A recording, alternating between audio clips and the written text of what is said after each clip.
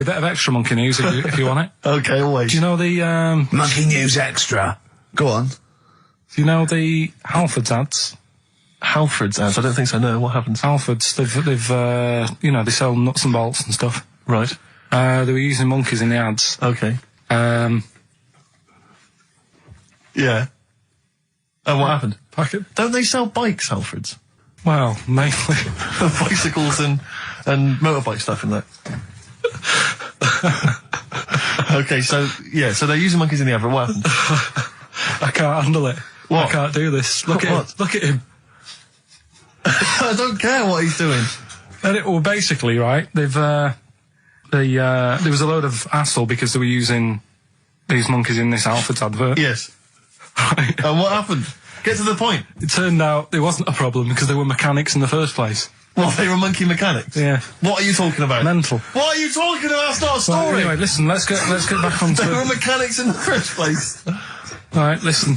Right, so they're making this documentary. Right? And stumble across a little gang of Come on, just... Get on with it, please. Little gang of monkeys. That's Yes. the first time I've ever laughed. I'll hear that. I know. Well, brilliant. What do you want, a cake? Come on. Can we play a song? Oh, I don't understand what is wrong with you, you freak. It's making me laugh. Just tell us the story. All right, then. All right. So anyway, right, so there's this documentary being made. They found a little gang of monkeys. Right, play a song. I don't know what's going on here. I apologise. It's as if you were looking forward to monkey. Oh, chimpanzee that. Monkey News. Excellent. Okay. Right, where were we? We would just start again. There's some people making a documentary. For what? Okay. Making a documentary in a jungle and that. Right. Stumble across a little gang. Okay, come on. All right. A little gang of monkeys. Yeah. Oh, come on. So the camera crew are there filming it. Yes. Everything's going normal. It's all fine. Nothing odd about it. Okay. They're not running a restaurant, they've not got any barber shops, nothing. No. Just regular monkeys going about their business, yeah. So anyway, what normally happens is the monkeys sleep with a partner. They already do what? They don't sort of sleep around and that. Once they find the girlfriend or the boyfriend or whatever, yeah. they stick with them, right? Okay. But anyway, they were watching this one, right? And it's going around a bit, sleeping around. Oily. And it was getting fatter. They thought this is a bit odd. Yeah. Right? So followed it round and see it having it away. Turns out, little prostitute.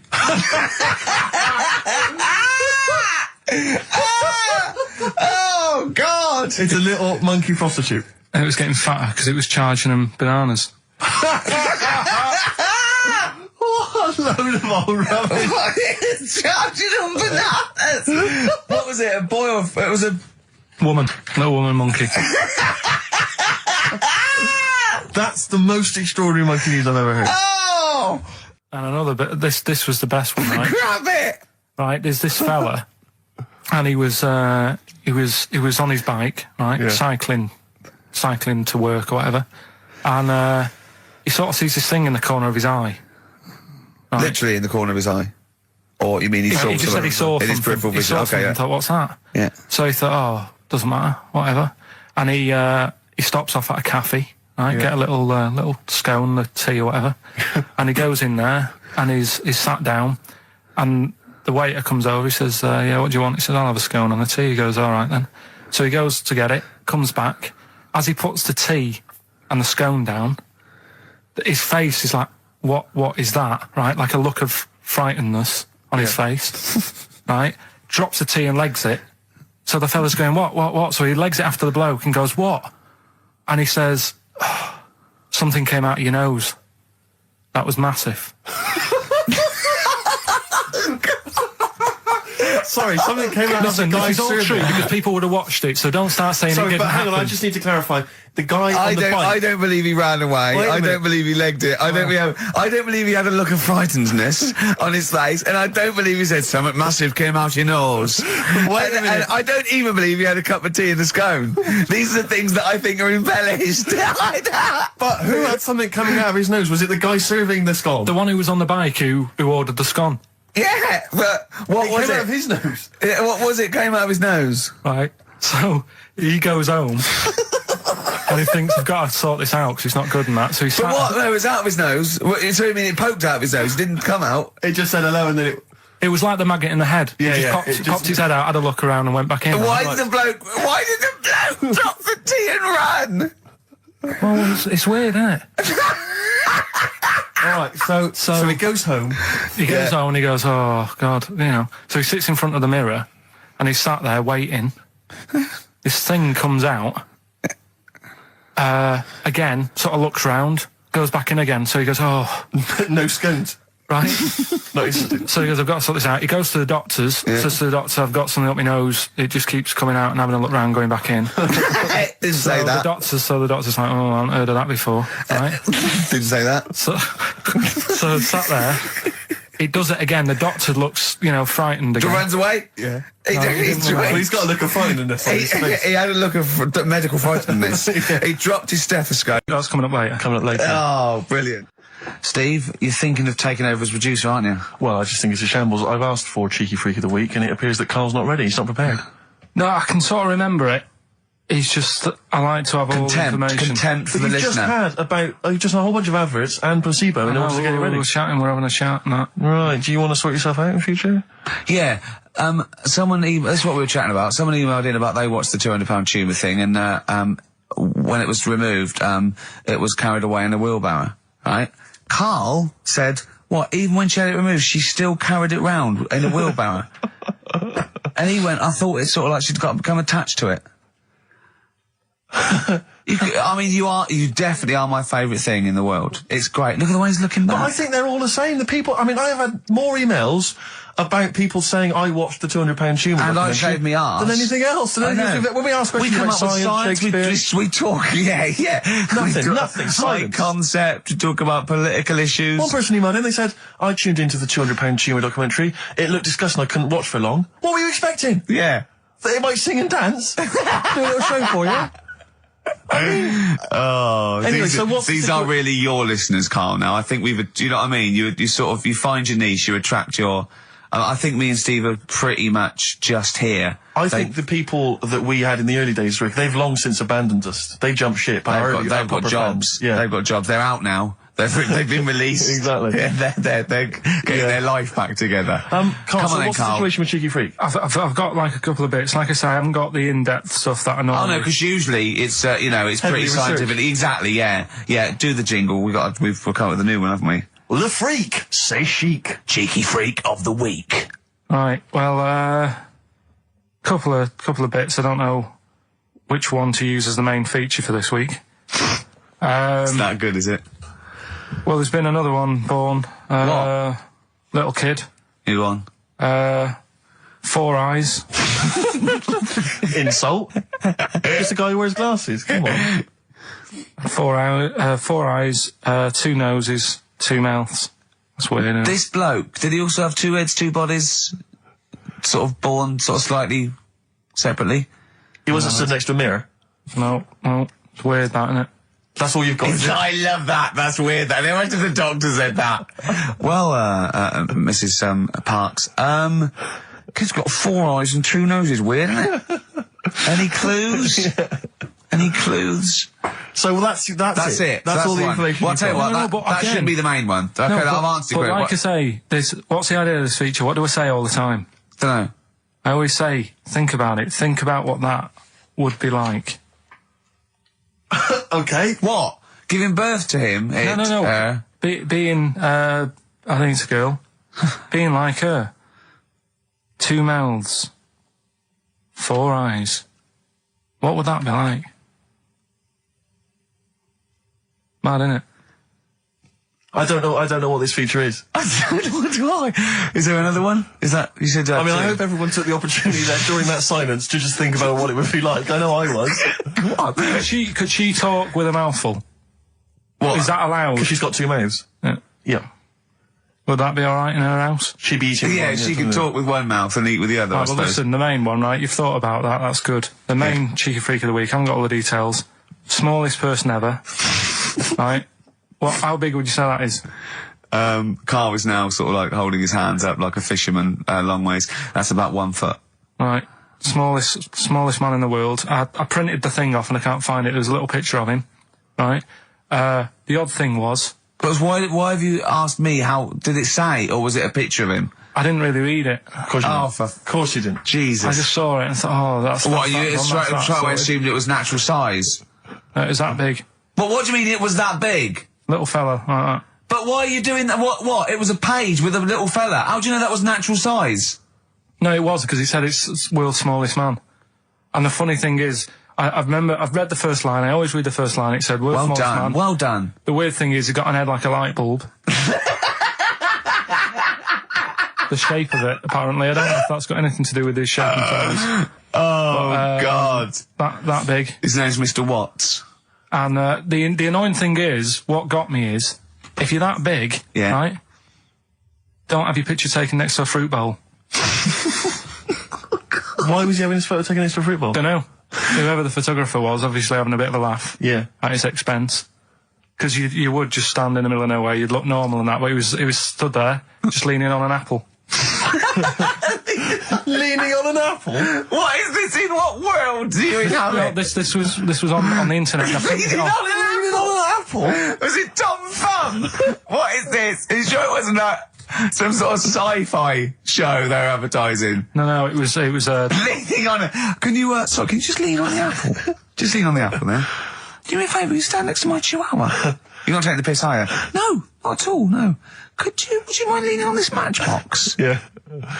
Leaning on an apple. And that's what, so it just said he's the world's smallest man leaning on an apple. Smallest man, said about his head being like a light bulb, I don't know what that meant. And I just thought, right, that'll do. That's that sorted Cheeky Rig of the Week done. I think that was on like Monday. Right? I found that, I thought that's done. Printed it off, forgot to get it off the photocopier. Someone's nicked it. Play record. You got to... You know, it's just... Steve. No, can I just say, no Carl, point. please, No if point. I say, let's have Cheeky Freak of the Week, and you haven't done your research, you haven't got the information, just tell us you can't do it. But don't lead us on. Don't say things like on radio, hold your hand up to me and go, how tall is that? It's nothing. That's this is radio. Nothing. It's nothing. I think it was that big because he was leaning on an apple. It's not enough information. But, imagine Trevor McDonald coming on, going, some news, some stuff, how big's that? How big do you think that is? Yeah. Because there was a fella, coming up after Chris Tarrant. Play record. I'm angry. I'm actually angry. And if Monkey News is in any way similar, you've really pulled your finger out with that, have you? Mm-hmm. There's a picture of a beautiful barometer being held by a beautiful lady. Lovely. Who's definitely his daughter. Yes. Definitely. Come on, Kathy. Hold that. Dad, no. Come on. Undo your top a little bit. Dad, definitely made to do that. Yeah. Oh, that slight look of I hope no one I know sees. Yeah. Just check out Barometer World. Barometer World. Yeah, that's available. If you want to check that out, www.barometerworld.com. That's now, all the, barometers, do they work? They're to do with checking, is it the air pressure? Well, everything. But I think that's what it's based on, isn't it? Sort of low and high pressure, so it's going to rain, it's not going to rain. Yeah. Or going to be windy, but I wonder how accurate they are. I think in the days before satellite sort of weather surveillance systems, probably essential. Yeah. Nowadays. As essential as hanging some seaweed out by the back door? Probably. I think it's probably similar. I think it's the same one as holding a needle and thread over a pregnant woman. If it goes clockwise, it'd be a boy. Yeah. Yeah. The thing about a barometer is how far into the future can it predict? Exactly. How do you know? If it's a case of you may as well stick your head out the window to see if it's raining. Exactly. This barometer goes, oh, it's going to be windy and rainy. When? The barometer goes, soonish. Yeah. So I can't say, but it will, well, within 7 days. I don't want to be specific because you'll have me. Yeah, you'll yeah, I don't. But I mean, I'm just a barometer. I'm not really a weather person. Analyse the information. Yeah, brilliant. What's in there? What's happening in there? What chemicals are being affected? How does it work? I don't know. I assume it's probably something. Wait a minute, let me email Barometer World. What could it be? It could be quite interesting. It could be mercury that's based on a sort of temperature. It goes up with. Oh no, it's not temperature, is it, barometer? It's pressure. So it's probably just very fine. It's like a fine, very, very fine needle, isn't it? This is almost as embarrassing as last time we were on. We couldn't figure out what the name of the leader of China was. Was it the King of China? The Prince of China? Oh, this is where we were trying to imagine what it'd be like if all the Chinese people at once jumped up and down and made a big tidal enormous wave. tidal wave. But if you do know what the name of the leader of China is, we don't mean the name of the particular person in charge, but if it's a king of China, the emperor of China, the chancellor of China, it the used to prime be an minister of emperor, China. didn't it? No, that was Japan. Yeah, this is it. I don't know what's the big guy in charge. Is he still the chairman? I know Chairman Mao was important. I think he was just the chairman. I think he just governed all the big meetings. Yeah, I don't know. He just kept the minutes. Head Chinaman? Head Chinaman. The major Chinaman. The top Chinaman. Number one Chinaman. Do you know what? We're going to be honest here. We know so little about China. It's true. We know so little about China. Yeah. It's embarrassing. But if you've got any interesting facts about China, then email in ricky.gervais@xfm.co.uk. Also, I imagine the email address to use if you're going to take part in this week's Rockbusters. I did read an interesting fact. I'm doing a show called Politics, and I was researching, and there's a thing about you went sweatshops. Yeah, no. Sweatshops, like Nike. There's these facts, right? And that these people get, like, you know, a few cents an hour, and the CEO, I forget his name, for a Chinese woman to earn his 5.2 billion, she'd have to work 8 hours a day, 7 days a week for 10,000 years. But Steve, they don't. They don't. They obviously don't want to. Exactly. They don't want to. They don't want to. Lazy, Rick. Blur, Out of Time on XFM. Well, we're not out of time. We've still got an hour left, boys. Hey! Luckily. Brilliant. A lot of emails, obviously, about the Chinese. People as fascinated as we are. I don't want to discuss it, interminably, Rick, because there's so much to say, and we've said most of it in the past. Yeah. Get a couple of emails. In fact, I think, Karl, you told us this information. Remind me of it again. If all the Chinese people in the world were... We're in a line on that, because there's loads of them, you'd never get to the end of it. Right. No, it's not that. It's no, if all the Chinese people formed a line and started walking out of China, you'd never get to the end of it. That's what I just said. No, it's because, though, they'd be having babies. You know what I mean? Still, it'd be adding to it all the time, wouldn't you? But would they be walking and shagging and having babies as they're walking out? Yeah, that is. I'd love to see someone organise that. Maybe the Record Breakers team. I tell you what, I'd love to see Ross McWhirter or Norris, who is it? Who's the one that's alive? I forget Norris, I think. Norris, right? I'd love to see him to coordinate that. Yeah. 1.2 billion little Chinese fellas. Boy, girl, boy, girl, boy, girl. Yeah. And where are they walking out of China? Which exit are they taking? They're taking the... Through Tibet? Or? I think it's the Gate 9 Slip Road, the M43, right. to St. Petersburg, right? And they go, and walking, and shagging. Yeah, exactly. Yeah. Because some presumably are dying as they're leaving. No, but they live to 120. That's true. So they claim. So, well, we know Karl's theory on that. Do you want to just tell new listeners your theory about when all these Chinese people get the records for oldest people in the world? Come on, what's your theory, Karl? Leave it. Karl, just that they're probably lying. Why? That's all. Because a lot of them don't age that well. Some of them do. A lot of them don't, and they always look older than they are. I read the other day, right? Do you know the one who was the oldest woman in the world, right? Chinese woman, right? The way she did it, it was... She didn't die. That was her secret. Yeah. What she did, she got up every day and didn't die. No, she was like awake and that, and then she'd have 2 days just sleeping. Right. So she wasn't really that old. What do you mean? Well, she'd only sort of lived half of her life in a way. Well, we all live 2/3 of our life, don't we? No, but she was like awake and that, and then she'd go, I'll go out of bed. And then that'd be it for 2 days. Karl, you're a second-time buyer, aren't you? Yeah. Bought one in Manchester. Lost $7,000 on that one. Well, don't buy in Manchester. No, it's a good flat. It's just it wasn't... I didn't buy it to sort of make money. I thought I was going to be living there like all my life. And then a job came up here, and it was like, oh... You bought your first flat in Manchester. You assumed you would be living there for the rest of your life. Well, I wasn't in a rush. Play record, you're an idiot. Hang on a minute. So have you got a property portfolio? Have you got the 2 houses now?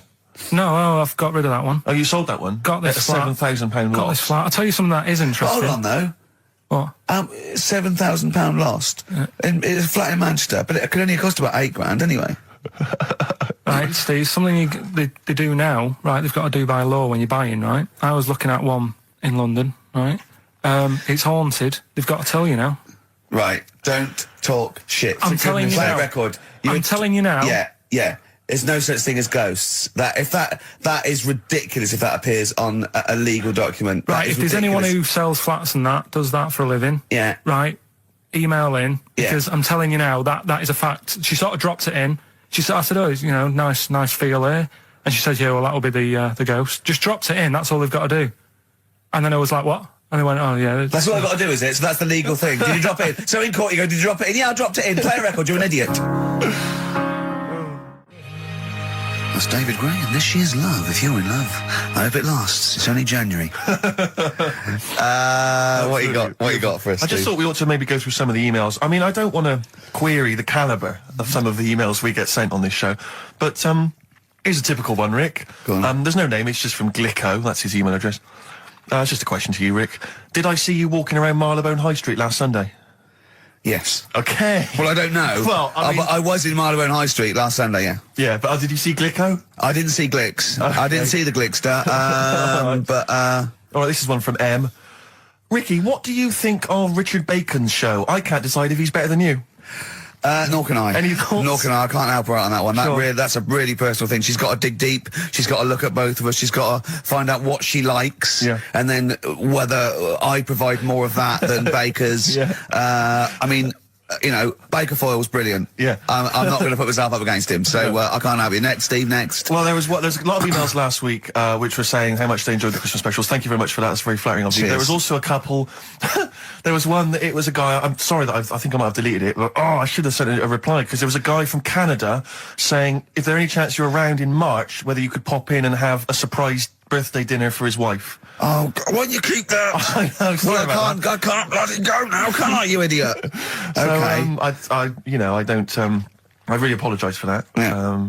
There's also, this is interesting, this is more for Karl, really. It sounds unlikely. 'cause Is it Karl's- from a doctor saying you're an idiot? We've got plenty of those. I tend to delete them. Okay, all right, They're so common. yeah. Look at his face. No, it just says, don't like to complain, but I won the film competition about 5 or 6 weeks ago, and I haven't Ooh. received my prizes. Oh dear, that's all Carl has to do Well, that's on what I the was show. thinking. We provide the chat, the records, the light entertainment. I mean, the glamour. Strokes of comedy genius. All Carl has to do is send out the prizes and say there was a monkey that was a bank robber at 5 to 3. Yeah. What's your Karl. excuse, Karl? Do you remember her winning? I've got all. What, you calling her a liar? Well, I am, because I don't remember ever seeing. Right, he's calling her a liar. So, Joanne Ogden, you're claiming, is just making this up. She sent this in on a whim, trying to fool us and get some cheap tat. Wow. I don't believe that. I don't believe anyone would lie to try and get Knowing Me, Knowing You on VHS. I really don't. Well, I'll look in the records, because we keep all the details, so...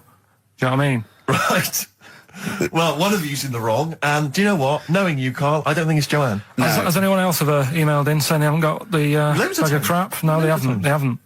Well, Well, they yeah, have. one mistake's one too far, because that's one person. So, you know, you might send out 30, but that one person, that's the first time they've won a competition. They want the history of Wind, narrated by Donald McIntyre on VHS. Yes. And, you know. Stephen King's It on Betamax. Yeah. No, they sometimes they want the best of Primal Scream on a cassette. Exactly. So, you You've know. got to make sure you're sending these prizes out. Final email from Andy. He says, the webcam is pointing at the ceiling. Is it because the air conditioning vent is more exciting than what happens on the show? Let's put that down I now. think that's absolutely right. Hold on a minute. Now, just if someone... Is that good? People love the webcam. I don't know what they're interested in, because all they get is a picture of Karl's big head. It's not as big, it's just round. Yeah. Oh. Got it right. Yeah. Karl, I'd like you to play the next tune. I got sent a little cheeky primer for The Cure's Join the Dots. It's B-sides and rarities, lots of stuff from them, from all over the ages. And it's amazing how good their B-sides are. Here's one of them playing. Yeah. I used to just go on my errands. Yeah. And it was my job to, like... I haven't heard Errand since the 70s. Nice to hear that. I went to U-Phase, right, the little local supermarket, and I got... What's it called? Euthanasia? What? I did... U-phase. New phase. U-phase. Yeah. H-U-G-H. U-phase. Oh, Hugh Phase is his name, right. Yeah. And I Euthanasia, just had to get like a bag of potatoes. Of course you did, yeah. And a loaf. Staple. So I used to put that in my diary every day, and it got to a point when like even the teachers were like, just make something up. Yeah. Stop putting the same thing in. Sure, start joyriding or something. Live. I love the fact that he was fascinated by the strangest village in Britain, but the stories he's told us about where he comes from, there's him going around with two fellas with big heads, webbed feet, a little pigeon-chested bloke, him on his grifter with Maggie pecking at him, his dad in a telephone box nicking groceries, and a horse in the house next door. I mean, how strange was his upbringing? And him hanging from his satchel. Unbelievable. There's another woman who I remembered. Actually, I'll tell you later. Go on, what? I'll tell you later about another woman who I remembered. What's give us a teaser. It's just a woman who rode around on a three-wheeled bike with her husband in a basket. Right, I'll tell you that. Right, and the final You don't get clip. teasers like that on any other radio That's station. a hell of a funeral service. Right, listen. Right, tell us about this woman. Well, it was just because you were saying about the, our living. We are broadcasting now, aren't we? This is actually going out. This is live. This isn't us sort of like... Yeah, but you were just talking about how I lived in an odd village. Yeah. With kids with big heads and all that, right? And what I wanted to do... What is that again? There's two kids with big heads. Yeah, they just had sort of big heads and webbed hands and that. They went to my school. And when I spoke to my dad the other day, because I'm going to see my mum and dad tomorrow. Oh, yeah. So I said, have we got any school photographs with the big-headed kids in? And he said, no, nobody bought those sort of school photos because they were in it, so it was always a bit ruined. So I said, well... No, he said sales were, because he obviously talked to other dads and stuff like that, and he just said, oh, no one bought them. But anyway, so... I would love them. Yeah. That's why I'd buy them. Yeah, but I wouldn't stand out, would I? If it's on the mantelpiece. Yeah, well... But anyway, so I was talking about, When you say they had big heads, what do you mean? Do they look like someone from Doctor Who? They were just quite big. But they weren't related? No. So why did two blokes with big heads and webbed feet? I lived in a weird area. There was a chemical plant close by. I can't believe you've never told us that before. That explains a lot. Not just the freaks in your neighbourhood, but... No, there was loads of weird stuff going on. There was this, like I said, there was this woman who used to live in one of the council flats, right? And she had a three-wheeled sort of big, what do you call it? Three-wheeled son. He was the weirdest bloke we ever knew. Well, they call it like a big tricycle, but for an adult rather than one for a kid. It was a big one. It wasn't a motorbike though. It was a no. It was a push bike thing. Right, yeah. And she used to sort of ride down the road with a fella sat in the basket on the back, with his legs dangling over. And they'd be going to the pub and what have you. Was it a different fella each time or the same one? No, same little sort of bald-headed fella. So it wasn't collection for organs and things. Bring out your ill. And then people just throw Grandad just in the back and go, right, we get £4 for Grandad. But she's got a lovely pair of testicles on him. They're very low, but they bring out your dead or nearly dead. She used to pick on her husband quite a lot. They'd be in the pub and what have you, and they'd be sat by themselves, but she'd always be sort of, having a go at him, moaning at him, sort of pushing him about and that. So my dad and his mate, right, they went round to their house, knocked on the door, she answered, and he said he was a copper, right? He said, Detective Pilkington, gonna come in and have a word. So I'm just going to make a note of impersonating a police officer. Yeah, but for the good, he went in and sort of, now, I've heard, it's a superhero. I've heard, you picking on your husband a lot. Yeah. We'll be keeping an eye on you. Do it again, and there'll be trouble. And she backed off after that. She was all right. And how was the husband? Was he still in the basket, though? Was he allowed to ever sort of, ride up front with her? Or was he just always in the bar? She'd sort of stopped picking on him in public places and stuff. That's good. You can't get done, can you, just for doing that? I think impersonating a police officer. Well, you probably did. There was no gain. I think you can't impersonate a police officer full stop. But I think they'd probably be lenient on him that he was, But let's face it. He's not going to be caught because why would anyone know about it? It's not like his son's going to say it on on a radio station, is it? And stitch him right up. Is this something you did generally? Kind of a little bit of light vigilante work? Just whatever, him and his mate, just, you know, if they saw something going on, they go, what can we do? What little scam can we do, or whatever. That's fantastic. Yeah. So, I went to the toilet. Now, I'm not being out of order here, it just got me thinking, right? I went to the toilet. The gay fella in there, right? There was a gay fella in there. Gay fella in the toilet. Now, How could you tell? How did you know? just typical, you know, everything about it, right? Everything about it, right, yeah. Oh. What, large handlebar moustache, leather cap. Butt plugs, amyl nitrate. Could I just say that these views do not reflect the views of the management of XFM or me and Steve. Or most of the people in this country. Go on, Karl. What's your problem? Yeah, but this is what I'm worried about, really. But this is why I only got Danny Minogue right. Right? Because this was floating around my mind. Went She's to the a big toilet. gay icon, Now, isn't she? go into the toilet. They have like men's cubicle and they have women's cubicle. Yeah. Now, Without sounding out of order, is it wrong for me to think gay men should have their own little cubicle? Go in. They should have their own... Well, not cubicle, you mean an actual toilet, I suppose. When I was at the urinal, Yeah. normally, you know, there's a fella there and then you go, all right. And there's no pressure. But I couldn't go. I was thinking, should I wait? If I go into the toilet, it'll look obvious. Yeah. I had loads of pressure and But this was what were going you on. worried about? So sorry. What were you concerned about? Viewers? I'm so Well, sorry. it's like, right, listen, when I was a kid, right, and it's all right for you to go into women's toilets when you're a kid, it's like, oh, it's a bit cute, right, as long as you're not, like, over 15 or something, right? Right. But when I was a kid, I went into a toilet, and women, when they use their little cubicles, they don't shut the door. Some of them just sit down on the toilet, Yeah. right, and you see everything. And, no, seriously, that's probably one of the first times I saw, like, a woman. Yeah. That, right, and my Auntie Nora when she was staying over. What happened with your Auntie Nora? She was, she's into wearing caftans. Into wearing what? You know, caftans. Oh, yeah. What are caftans? Big, bellowy sort of dresses. Right. And, yeah, I used to sit on the floor at home in front of the telly. Sure. She was on the chair behind. Yeah. She did a bit of a, sort of a Sharon Stone scene. Oh, God. Yeah. Did you see it? There was no underwear. No. What age were you? What was it like? What age were you? It was like a ripped tennis ball. What? Right, we're off air. We're off air. Either that or put us in for the Stonies.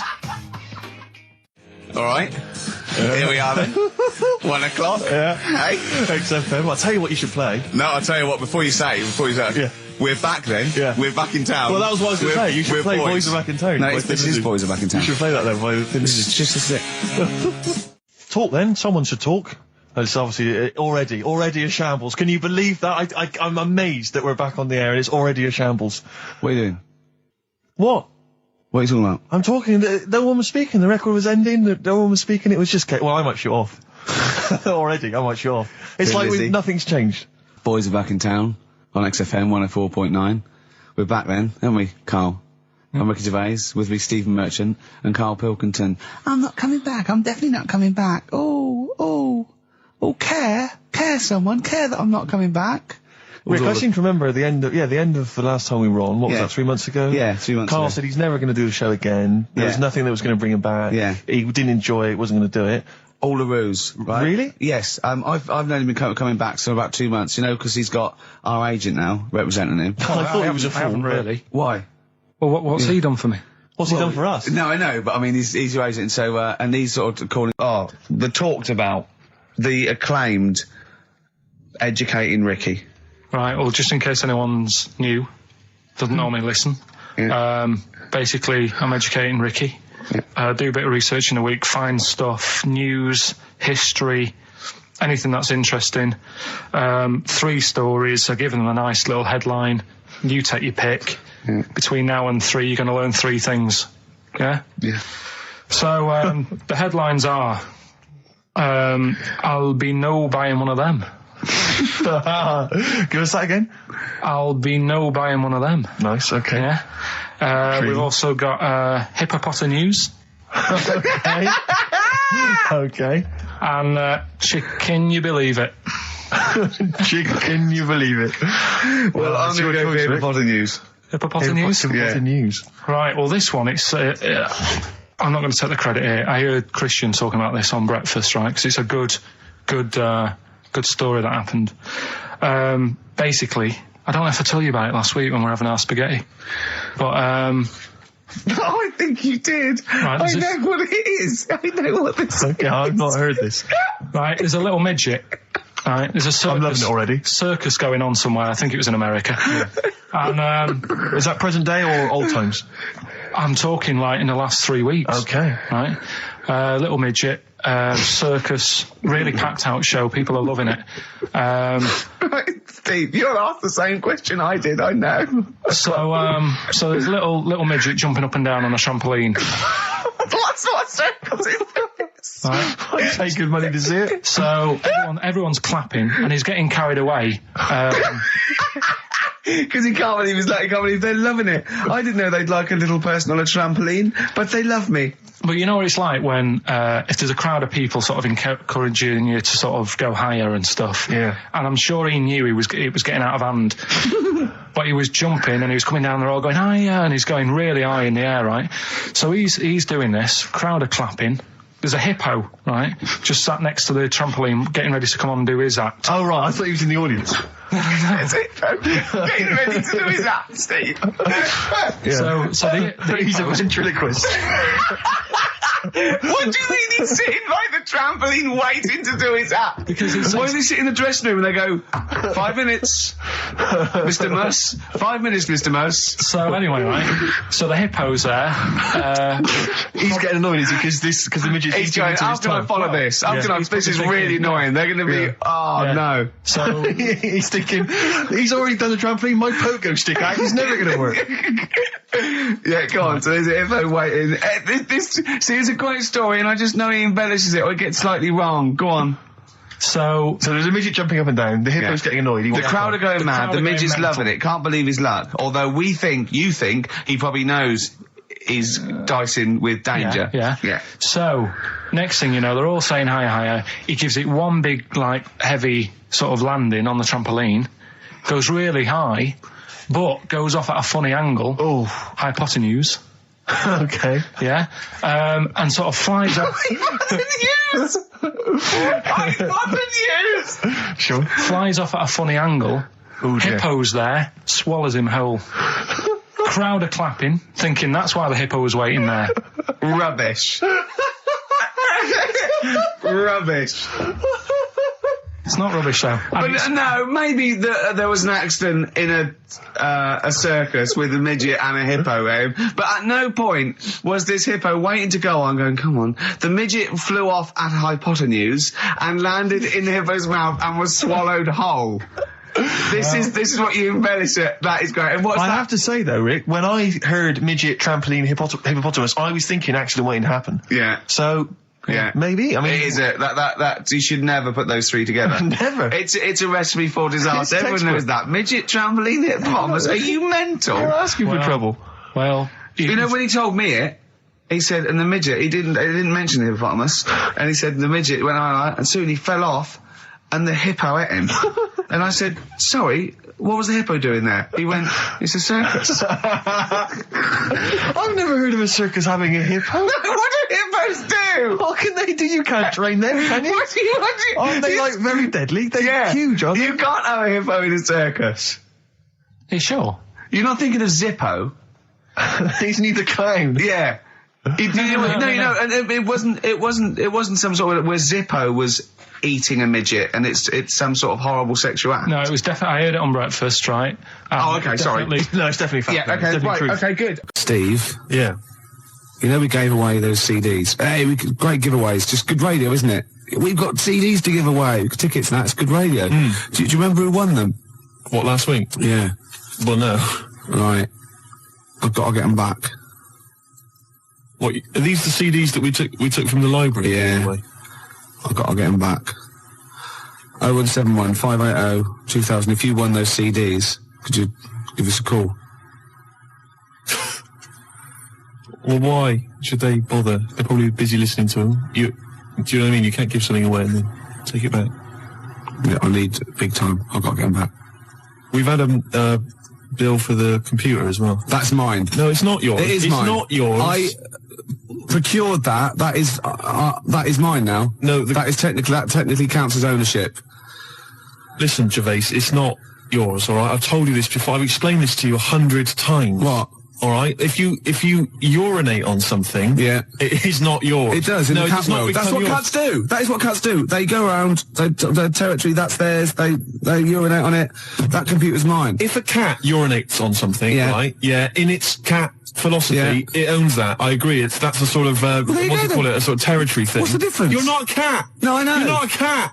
That's discrimination. No, you're not a cat. You can't live life by cat rules. Well, I've got loads of stuff like that. My flat's full of stuff that I've got like that. What? Yeah, I've got 2 telephone boxes. Right. I've got a cash point machine. Yeah. Glyn was furious. He was getting out money. Right. Side of a church. That's yours. Yeah. 2 BMWs. Well, I had 2. I've got 1 now. What happened? The second one, the owner caught me, and he started doing the same.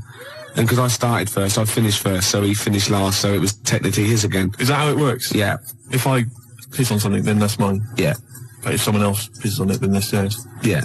Is that how it works? Could you say urinate? This is XFM 104.9. They are mine They're now. not yours. They are. They're not. They're my shoes. Yeah, and they're mine now. No, they're not. I can't believe. This is why I don't want to do this anymore. Why? I can't believe you. They're my shoes now. That is ownership. That counts. In the cat world. They're my shoes now, and some of the carpet is mine as well. In the cat world. Yeah. Wow. You cannot live your life by the rules of the cat world. I can. What does your girlfriend? What's this? Oh. Not many people can do that. XFM 4.9 quarter past. How do these sort of little theories of yours develop? What? They come in my head. Then they're all right. Then I like them and they happen. Right. Then they're mine. Yeah, it's fine. It's fine. Okay. Yeah. What do other people make of the fact? They go along with it. What, your girlfriend? Yeah. And all my special friends and the friends that I make. Does she mind that your flat looks like an East End lockup and stinks of urine? No. She don't have a problem with that? When we were talking to Karl in the week, things we're talking to Karl is that you come up with something that's sort of like, quite innocent, and he goes, well, once, right? And you realise that it's comedy dynamite. He doesn't know it, but we want to go save it. And he let out, you were filling in a form, weren't you? It was all like your girlfriend thinking you're a div. And it's happened before, isn't it? Because she came home and you'd filled out a form to get a job once, hadn't you? Yeah. What was that for? Granada Telly. And on it... Well, let Karl explain. Yeah. You see, this is what annoys me with job applications, because rather than just saying, do you want the job and what can you bring to this business? Yeah. Do you want the job is a good one. Because the thing is... That's sort of the one for the boys. No, listen, right? Because if they say no, I don't think they want the job. Yeah, but listen. Go on. I mean, I presume with what you do, you have to take people on and stuff. What, in a fight, you mean? You know what I mean? Yeah. And I think it's more important that you're willing to graft and put the hours in. Sure. Than say that, you did well at school. Yes. Sure. Because if I wanted to, I could have done well at school. Of course. I just didn't want to. Yeah. So where's this going? So you had the application form. So when it came to the qualifications bit and that, I couldn't fill them in because I didn't have any qualifications. And it was also asking about your languages. And I put down English quite good. English quite good.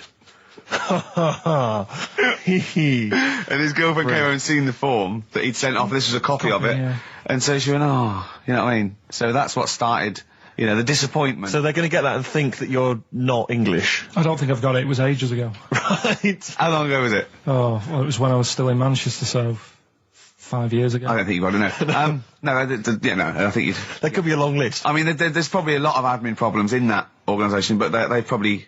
But what I meant by it is that I can speak English, but I don't know all these long words that people use all the time. Yeah. Oh, God. Oh, can I just tell this quickly?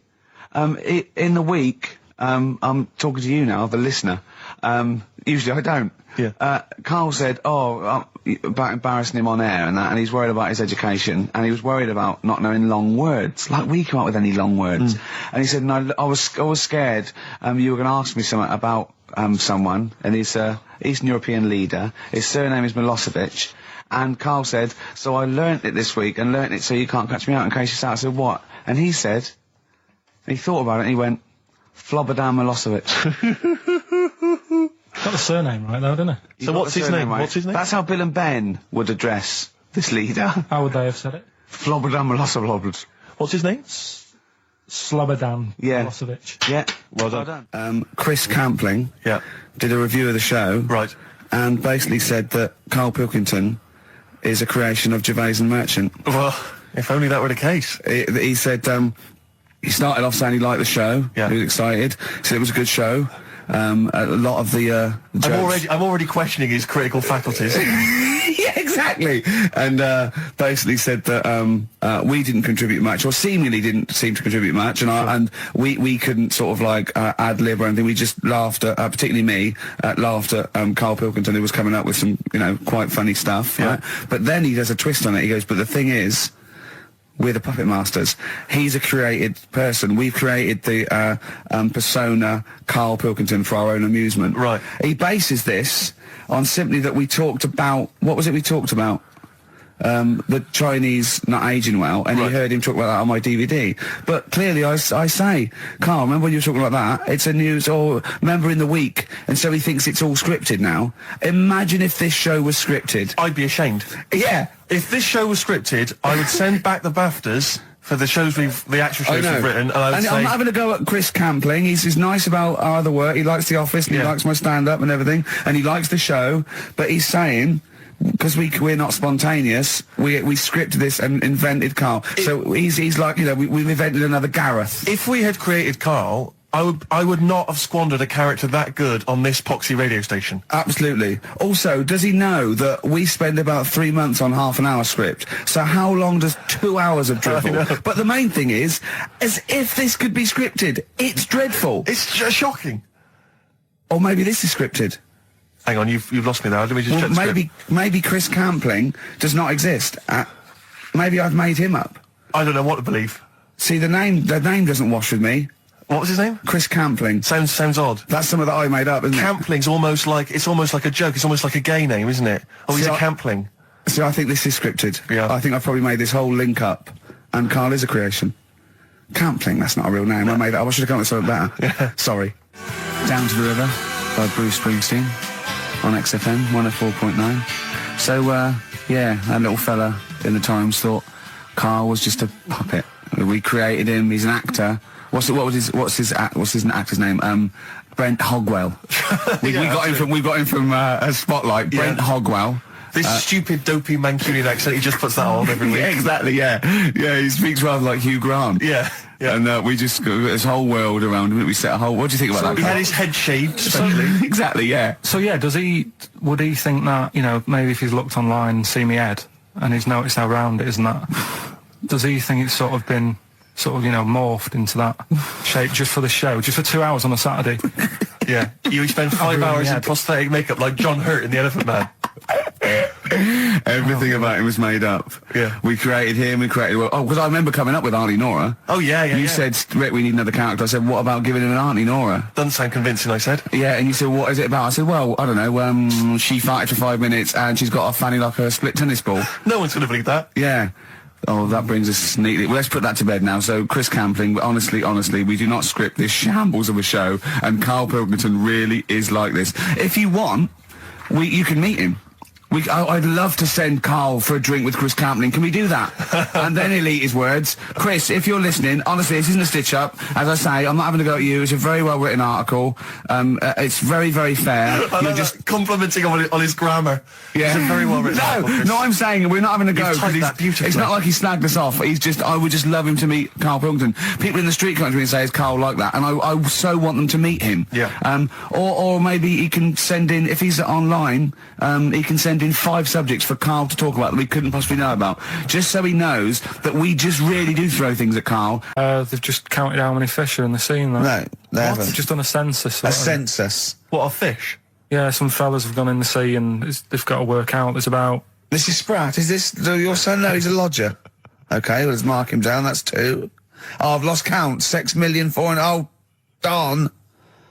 So how many are there? About... There's a lot. Oh. Well, there are more species of fish than bird, mammal, and reptile put together. Can I ask a question? That's on my DVD of animals. That's still available in the shops.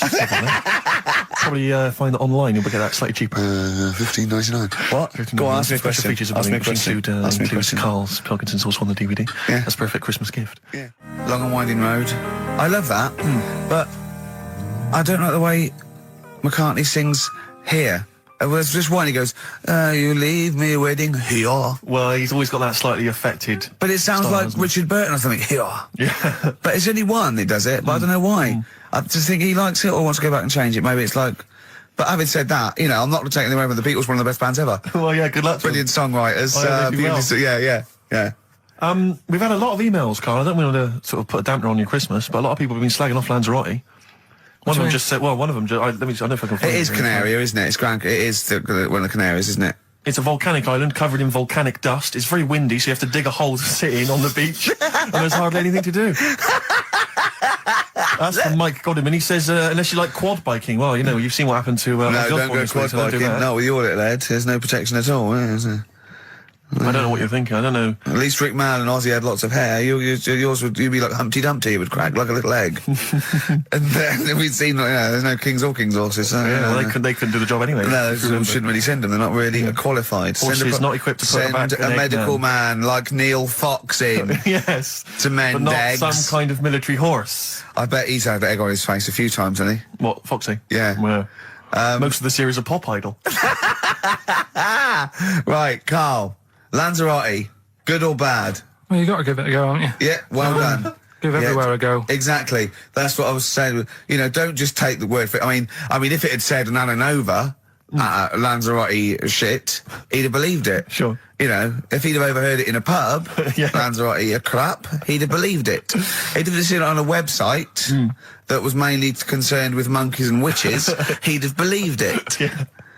As it is. Everybody raves about New York, and when I went there, I thought it was rubbish. Well, you're an idiot then, because that is possibly though, the isn't it? greatest city in the world, Subjective. along with London. Subjective, though. That's why they have holiday programmes and that, innit? So you see it and you decide for yourself and that. Yeah, but you saw Venice on a holiday programme, as you put it. You went there and you went, it was rubbish, full of black bin liners. Well, it is. Right.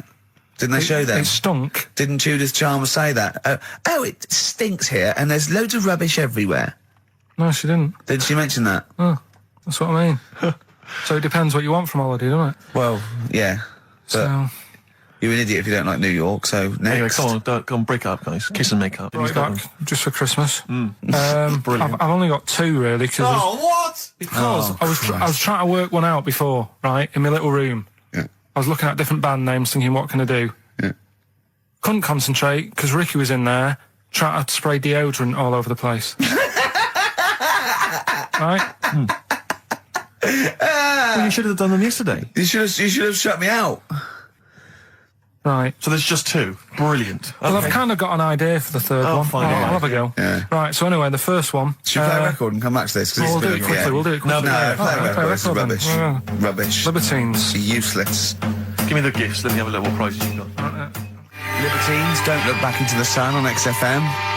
Well, the general public are getting involved with Karl's holiday, and, I mean, this has been a damning report on Lanzarote. There's not been a positive word written about Lanzarote so far. Wow. It's volcanic, there's no natural water supply. Apparently there's no natural water supply. It's You all have to sit in a imported. hole. What do you think of this, Karl? What do you think of the people that want you to know that you're going to a rubbish place when you can't change it? What do you think of that? Rubbish though, will it? What do you mean? Be alright. What do you mean it'll be right? Because I'm going to go there thinking, oh, there's no water and that, and there will be water. No, they didn't say there's no water. What did they say then? There's no natural water supply. Whatever. I'm not bothered. Doesn't bother me.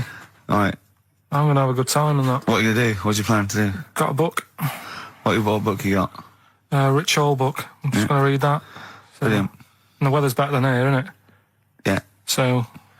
gonna have a good Someone, time. also, can I send a big shout out to my grandparents, who I believe might be listening on their new digital radio? They're pretty high tech. Very West Country. Yeah. They Are they the merchants of Bristol? Merchants, yeah. Yeah. Props Good. to them. Props to them, yeah. It's a slightly truncated show, isn't it, today, Karl? We've got I don't Monkey like News, I would it. trust. I don't like change, and that's what's happened. I'm not You happy don't, do today. you? You're like Rain Man. Yeah. He really is like Rain Man. Anything change? It's got to get in a little routine. You can't. I don't like to. I'm not like Suzanne's mum and dad and what have you, where routine cannot change no matter what. Like what? Well, we've talked about it where, you know, if it's a Tuesday, I'm having sausage, egg and chips no matter where I am. That's what they're like. Right. That's what they'll remember, actually. When I'm saying about stuff about Live 8 and all that, you know, people will remember. If people said to a dad, you know, you remember Live 8? They'll go, what day was it on? Tuesday, well, I had sausage, egg and chips. Nothing changes. But the thing is, today, normally we have a bit of a, you know, I know what we're doing where and all that, and it's all sort of messed up. We don't usually know what we're doing where. We say, what should we do next? No, You go, what? but I know, like, Rockbusters has been done early. Right. So that's normally done at That's about... really about 5 throwing you. I minutes. say, I just don't... I don't like all this change and that. It's messing about, innit? Rain Man. So what do you want now? Well, what about song with a story? See, right, well, last week... Look at him, he's in a genuinely foul mood. No, there. he's actually rocking. Yeah. He's actually rocking like Rain Man as well. Last week we did, like you say, Eric Clapton. This is the section where we play a song with a story. I think every song, if it's a good song, it's got a story. You've got to listen to it, sort of, you know, from the start. You get in the middle, you're going, oh, how's it going to end and all that. Yeah. You wait another minute, you know the ending, you're happy. But the thing is, as Steve said, you know, sometimes you're disappointed with it, so it's just not a good story. And as Steve said, I'm not sure you're finding what you need in a song for a story. Why don't you read a book, a novel? If you want a really good story that engrosses you, and why don't you read a book? You're not going to get it from a pop I haven't song. got time for a book. Song's 3.5 minutes. And that's it, is it? And that satisfied you? Well, yeah, it gets you thinking for a few minutes, then you move on. Then you stop thinking. 2 minutes 50, this one, right? And it's brilliant. Go on, Ed. It's about, last week we talked about the little crippled fella, right? This one... As I say, I don't think we say cripple anymore, but go on. Alright, this one, someone emailed in saying, if you want a song about that, this is a song you ought to listen to, right? Right. It's about this fella who, basically something happened. I think he's in a wheelchair, right, for some reason. You thought that last time. His wife, you know, likes going out. She doesn't take him with her when she goes out. Right. Is it Ruby, Don't Take Your Love to Town? Yeah. Brilliant song. Well, I'll just play it then. Yeah, great song. Alright. What do you mean? Oh, just, it's a good story. It starts off well and that. You're feeling sorry for him, but then he says, where's my gun? Yeah. Because she's a slut. Why? Because she's going off. Yeah, but what does he expect her to do? What? Just because he paralysed his legs fighting for his country, presumably in the Vietnam War, says that crazy Asian war. So he's gone, he's fought for his country, he's taken a bullet, he's come home, he can't walk, he should be a hero, and then his wife's going out putting it about downtown. Why do I never meet women like Ruby? XFM. Forever Lost, the magic numbers on XFM 104.9. Well, the concert's kicked off, Steve. Yeah, I'm a bit annoyed that we're still here, really. Let's try and wrap this up quite quickly and then shoot No off. one's listening anyway. Nah, we could talk about anything. Well, we do.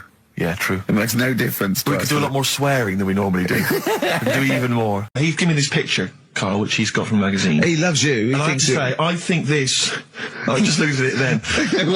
Obviously, it's not going to mean much to the listener. Oh, this is but it is self-indulgent, currently but available. I think it's in the current edition of Bizarre magazine, so you might want to buy that. It's and you not can have horrible, though, is it? There's a certain grotesqueness about it. Oh, But I just think it's a deformed person, isn't it? Well, to a degree, but I think what it's going to do for Karl is give him, I think for you and I, Rick, we're going to see his face. Light up. Lighten up, like opening a wonderful Christmas gift. Oh, you know what? I think I've seen this. Is this the one with the kid with the big head?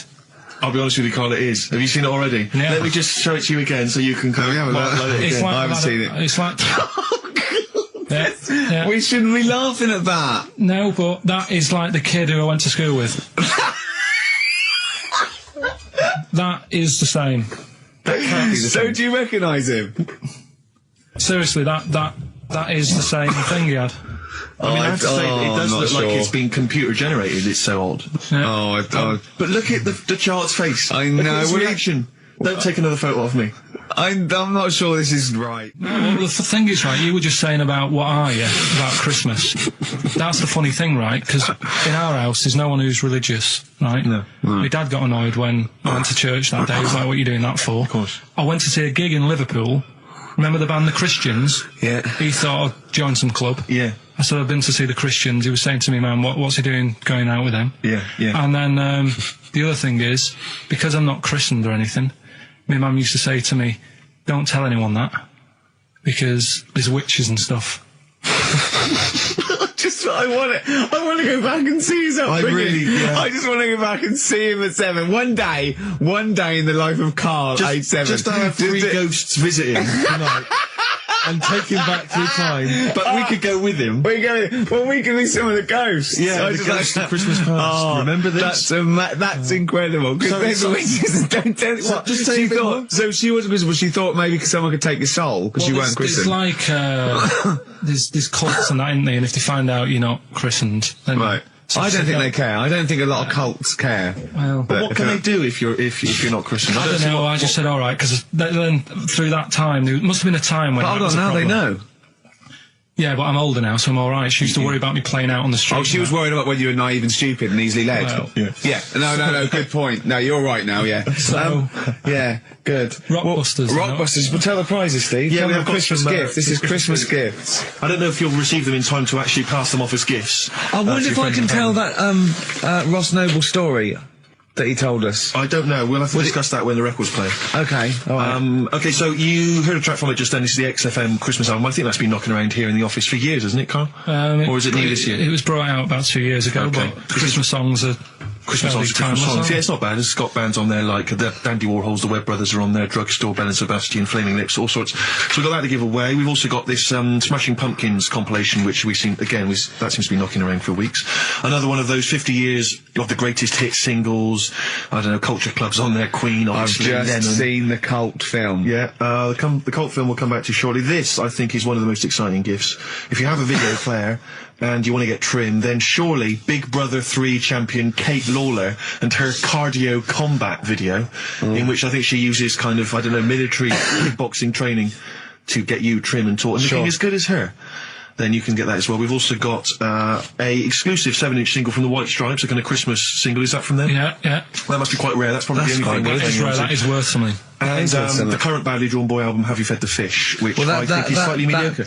They've gone up, actually. I think that the level of prices there has gone up. Not a bad selection, but here is the big movie. And actually, I have to say, this is not a bad one. No, it's not. Again, it's not terrible at all. It could be worse. It's James Caan in the original Rollerball, not the disastrous remake that came out recently, but the DVD version of Rollerball. So that's there as well. So something fairly interesting. That's worth winning. Right, come on then. Let's do Rockbuster. Well, will we play a song to give people time to get a pen and paper and that? Yeah. So we're doing it next.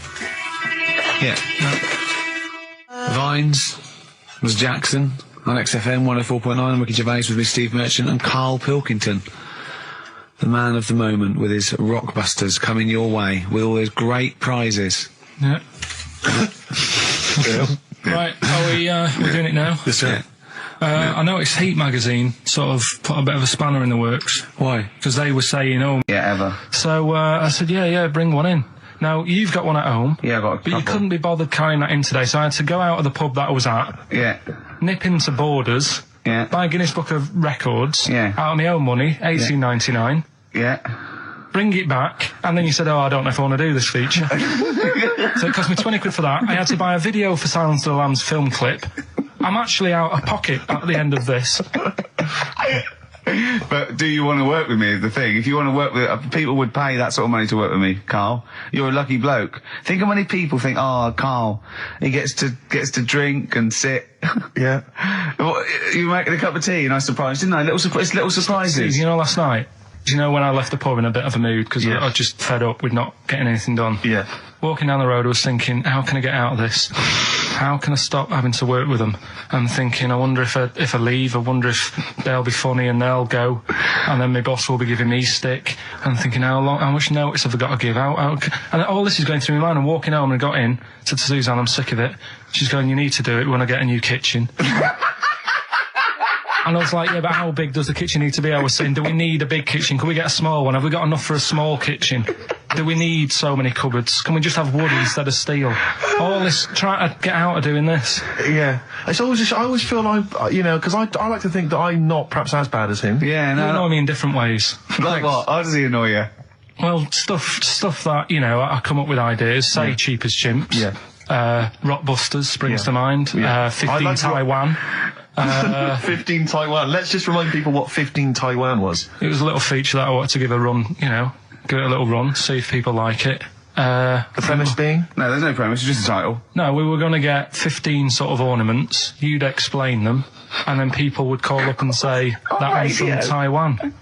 See, Karl, you just explained why I didn't think that was a good idea. Yeah, By explaining the good... the funny thing is, Steve, right, I was walking down Regent Street on Monday, walked past one of these big stores, right, and they've got all famous quotes on the windows, right, and one of them was something like, an absurd idea is often a great idea. Yeah. Do you know who said that? Go on. Einstein. Yes. Which made me wonder, if you were his mate, would he ever have done E equals MC squared? Or would you have said, don't bother with that, it's not going to work? Because that's all you seem to do. Everything I come up with, you put down. Yeah. Well, that's one thing. He's negative, right? I don't know why. I don't know why he is. What else? He messes me about. I get him concert tickets for stuff, and you say, I didn't bother going. Yeah. That is annoying. You come in, with, 5 minutes to go with tracks that need editing. Yeah. The little bag, that bag that was free. Yeah, you got a free bag today, an XFM little rucksack thing. Yeah. You were like, oh, what's this? What's this rubbish? Yeah. Ricky said, I'll have it. They're great. He said, no, I want it. Yeah. Well, it was free. I needed it. I'll give that as a gift or something. So, I mean, I think on reflection, Steve is probably a little bit more annoying than me. I won't go that far. You are annoying. If I had to go away for a week somewhere, if it was a quiet place... Well, you are again, aren't you? That's 2 holidays you had this year, I mean. If it was a busy place, I'd probably go with you, because people, do you know what I mean, staring at me all the time and that if I'm walking around with Steve. No, I'm just... Can I draw up a list of reasons I don't like you, Karl? Just being honest. What? I'll tell you, because the list of reasons I don't like you is incredibly long and getting longer. Just saying. Do you want another slap?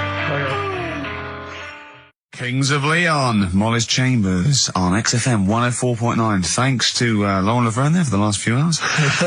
Coming up, we have got some great music, Steve. We've got Kings of Leon, as you heard. We've got Alba, we've got The Darks, we've got Coldplay, Coral, Rolling Stones, we've got some Springsteen, The Smiths. Do you know what I mean? Do you need any more? And with all that, we've still got Pete Skinner with his wacky weather report. I'd say, well, I'll stay at home. Yeah. And that's the point I'm getting at. Yeah. Right? If you can't do anything for them, let them enjoy their life. Yeah, a Rubik's Cube. Right. Well, me and Karl went out, right? With me and Jane, Karl and Johnny and Gigi, wasn't it? Gigi, Is it important who went? No. Okay. But we're walking down the street. Karl was there, though, and he can back me up on this. We had a curry. We were walking back, and this little funny homeless fella, didn't he? He, I got to tell you before I go, didn't he? Yes. He came up to me, right? And he recognised it. And he came up to me and he went, he said, I've just nicked 5 of your DVDs from HMV. And he shook my hand. He was so happy with it. And I went, right, excellent. He went, all I do is I just swing the bag over the top. Like that when I'm going out, and he had a bag full of DVDs, didn't he? And he was so pleased to tell me that he'd stolen. That great. He said they're going like hotcakes. Yeah, he said they're going up, of course they are. Yeah, you're nicking them. I know. We get paid for them, though, don't we? So not the stolen ones? Don't we? No. What do you mean? Did you sign them for him? I know you would, you idiot.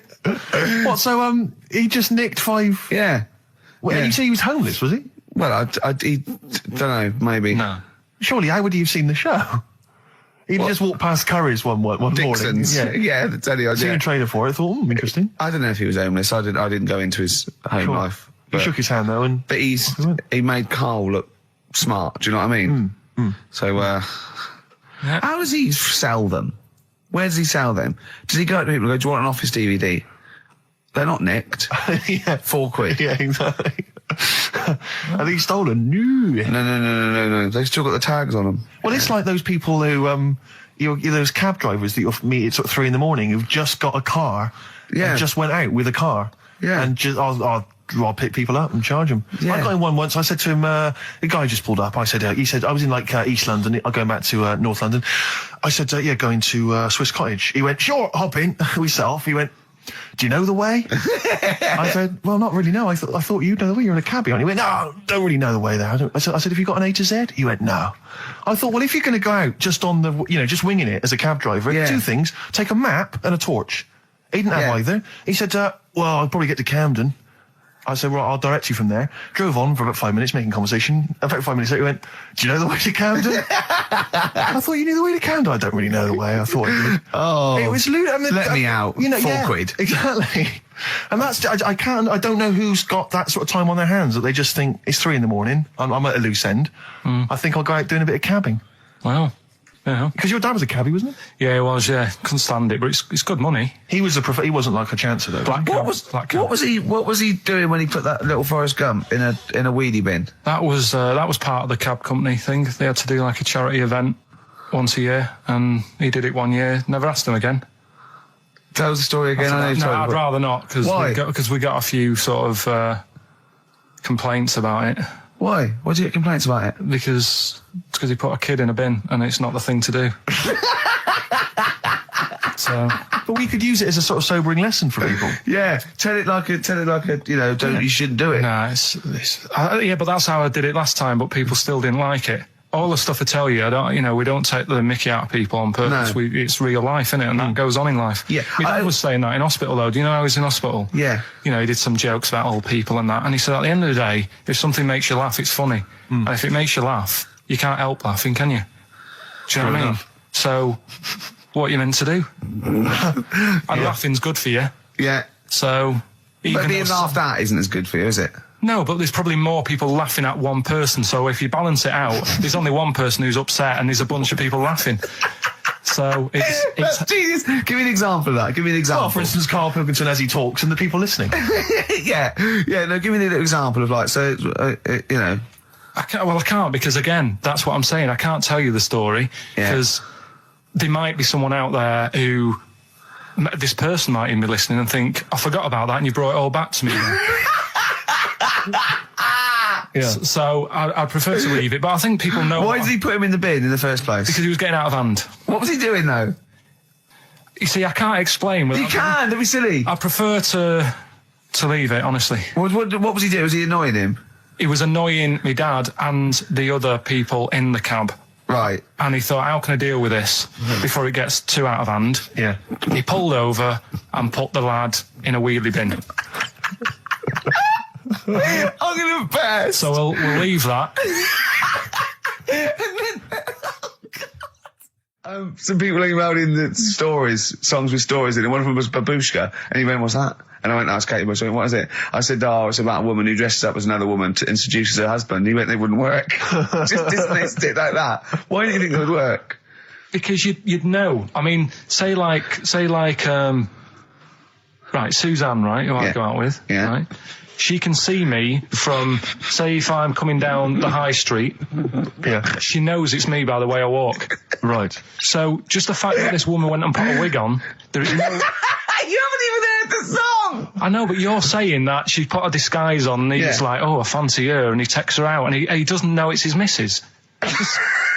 You're not buying it. I mean, I'm controlling this. Whereas the flea with your brain going to Glasgow, perfect sense. Yeah, Babushka, rabbit. Hold on this show, don't Indeed, we? we'd like to mix it up. I'd like to play this to the Smiths from their debut album, I Don't Owe You Anything. I Don't Owe You Anything. The lads from Karl's hometown there. Indeed. The Smiths. Brilliant, that one. Wow, I went to Manchester, didn't I, the other day? Went up to Manchester for a What did little you make of corporate. It was all right. Yeah. He went, wait till you get out. You see Piccadilly, it's better than Euston. Right. It was. It was nicer. I went outside and there was a ridiculous queue, and sort of one cab. Right, yeah. So, Horse-drawn. yeah. Yeah. And so I walked, and it was okay. It was only down the road. It was a bit dark. It was wet and raining. Obviously, it's the north. I know, yeah. The hotel was very nice, but no minibar. I've never seen that before. I've travelled all over the world seeing a hotel without a minibar. No, so I don't know never what's heard going of on then. I don't know what's going on there. And then I did this corporate gig in Old Trafford. Pitch was up, don't know what they were doing, but very impressive, big impressive. I think they're British Football Club, aren't they, Karl?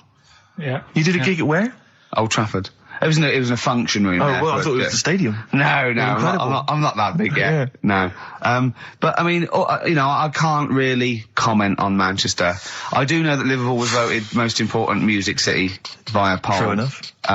So, Karl, you're making noises while I'm talking. Yeah, but you do this all the time trying to wind me up.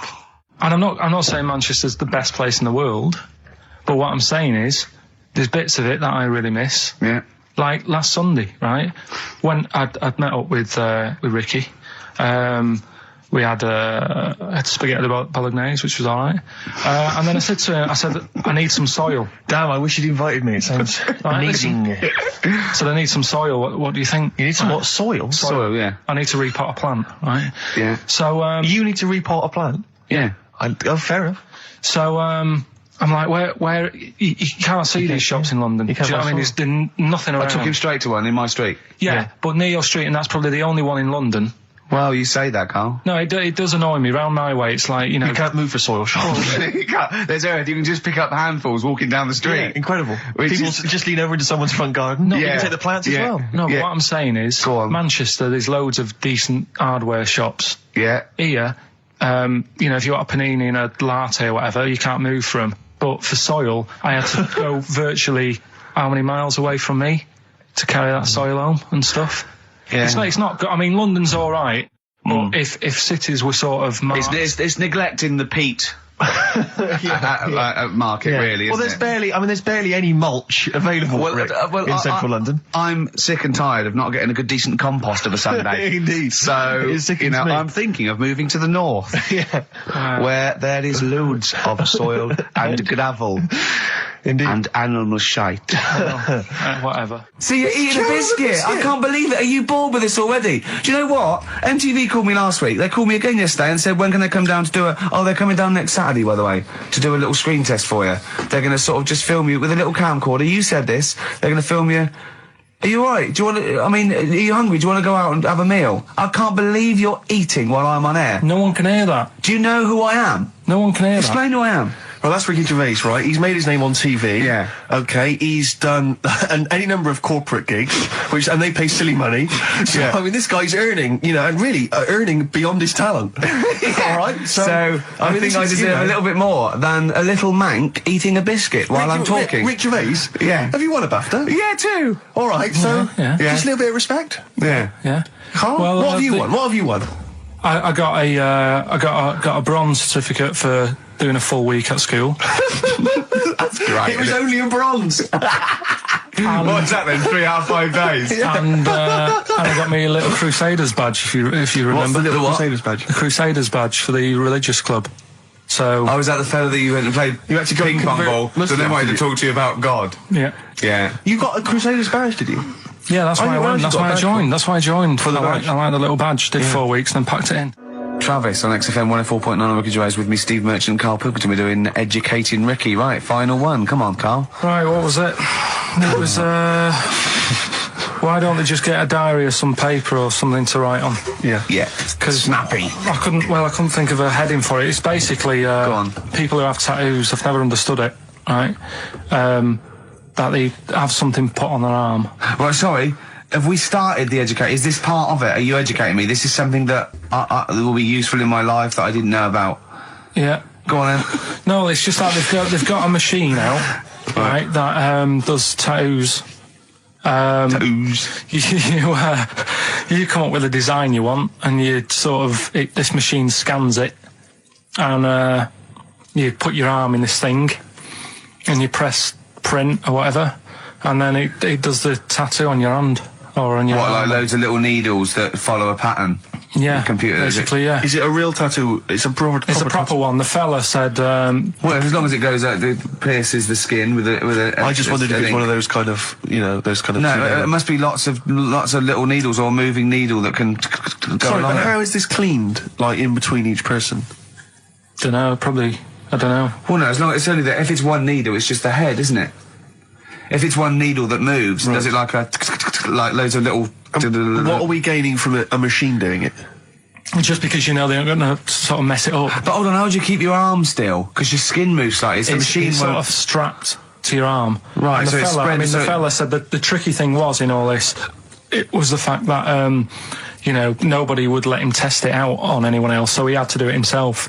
But did it work? Because the thing is with a tattoo Yeah, it works, artist, they yeah. can see when your skin's moved and they can see what they've done and they keep wiping it and looking. Whereas a machine's just got to trust itself. So I think one needle could go wrong. If it was a lot of needles, that it just came down, like, 1,000 needles, that was an imprint. Yeah. But obviously I'm asking someone who hasn't delved any further than there's a machine that can give you a tattoo. That's all you've got at the moment, isn't it? Well, yeah, basically. That's all you've got? I mean, that's what I've got, because I'm not a fan of tattoos. I don't... But where did you read this again? This was... Internet? This was on the internet, yeah, it was, yeah. Okay. And I just don't understand why people do it. That's what got me attention. Because me... Sorry, what have I learned from this? That if you wanted to get one, you can get one done by a machine now.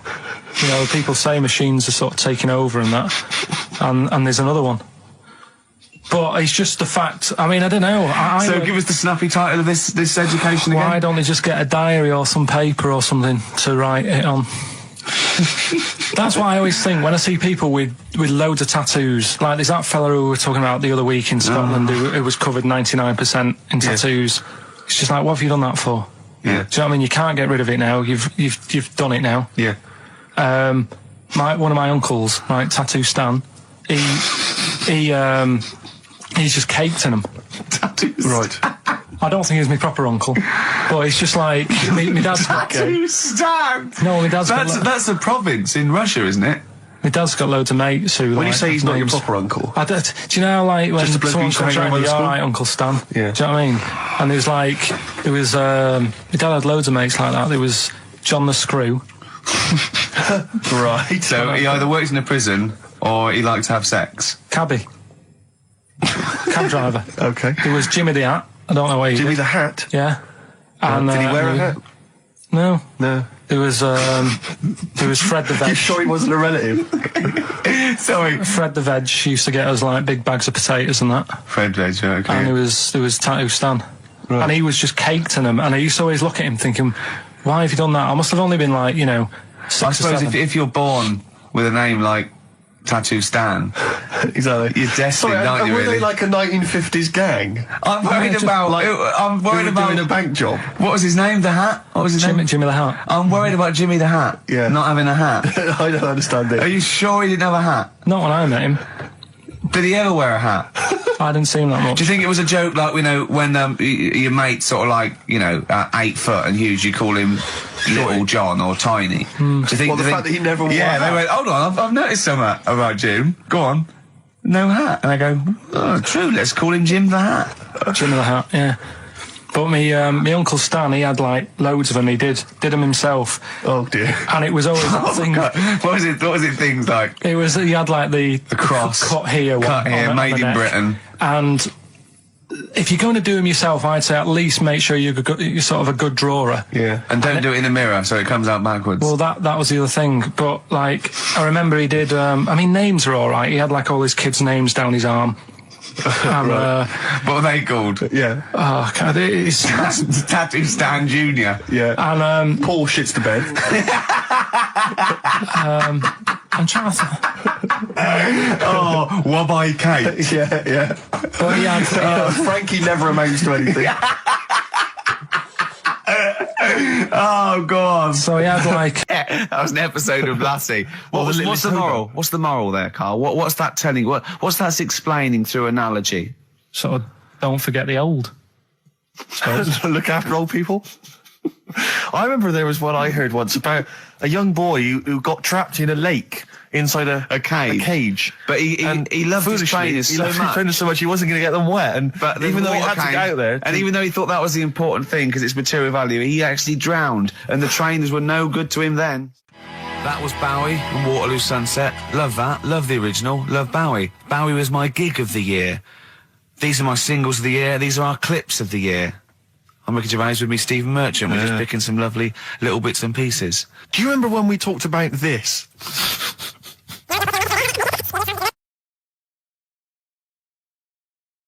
So we just had a text here that says, and I don't know what truth there is in this, as ever, but John says there is apparently a nude bike ride today in Hyde Park. Now, I can't believe that's the case, because I don't think it's allowed, is it? You can't ride around with your veg, can you? I don't know. Why would you want to Well, good point. on a bike? On a bike, I like the fact that that's what disgusts him. I want. Do you know what? If we did appeal for a nudist to call in, I'd want a very specific sort. I want a German nudist, a middle-aged man called Helmut. Okay. If there is any, or the closest one to it. So I want a middle-aged man from Germany. If your name is Helmut, you're in. But I'll accept Hans. Carl would be good, wouldn't it? All right. Yeah. I think I'm wondering if the age might. Maybe we could we broaden that Okay, out just a a German nudist bloke. Right. Could he at least be fat? Could I find a fat German fella? If your name's Helmut, we're going to give you a big prize. Yeah. But, you know, any fat German fella who likes to get his sausage out. Sure. Okay? It's sauerkraut. Yeah. What's the phone number? 0871 222 1049. It'd be good just to get an email or a text with a contact on it, and then I can just call them up in the week. Sure. And 83936 is the text number. I don't know what our audience demographic pans out like, Rick, but I'm suspecting that's probably a fairly small fraction of our listenership. I know, but, you know, there must be German someone out there, if you know a fat German who likes to get his tackle out, phones are going. Straight away. Just answer it, Carl. Just answer it. Just pop that. it could be anything. Well, just see what it is. To be fair, it could be a nutter. But just say hello. Just tell your turn. It's not straight away. He'll stay there, won't he? He'll stay there. Well, answer it. Answer it. Leave it. Answer it. Oh, you see this? It's gone. It's gone. There you go. He bottled it. So, just as well. Well, you took too long to answer it. There's a vicar in Australia who started sort of doing his services and all that in nude. Hot, isn't it, out there? Yeah, Where'd but you get the churches aren't. Churches are pretty cold. It was on some website. Of course it was. Yep. Just saying about a vicar and that who's there's a lot of nudists and that who want to get married. Do it, you know. Don't mess about with the wedding dress and that. Just snip up. Cheaper, isn't it? Well, I also suppose it's so. I suppose if you believe in God, you believe that that's the way to be in it, because Adam and Eve and that. Yeah, but then in Adam and Eve, the shame made us dress up, didn't it? Yeah. Eating the apple and things. Yeah, but God didn't want that, did he? No, he wanted to see it all. He was loving it. He was having a whale of time getting a life full of all of that, and then the snake said, cover yourself up. Stitched him right up. What exactly is there then? Is it just a kind of moon-like kind of surround with just kind of dust and rock? That's exactly what you see. I was there when the Mars thing went wrong. Yeah. I would have just sent a camera crew there, filmed a bit of that, right, and say, here we are, this is it. Yeah. Ignore the little coffee shop in the background. Yeah. Right? This is Mars, because that's where it's like just loads of dust. Yeah. Holes everywhere. Tidy it up. Little round-headed aliens complaining. Whinging. Just like Mars. Yeah. So is there what's the best bit about the holiday?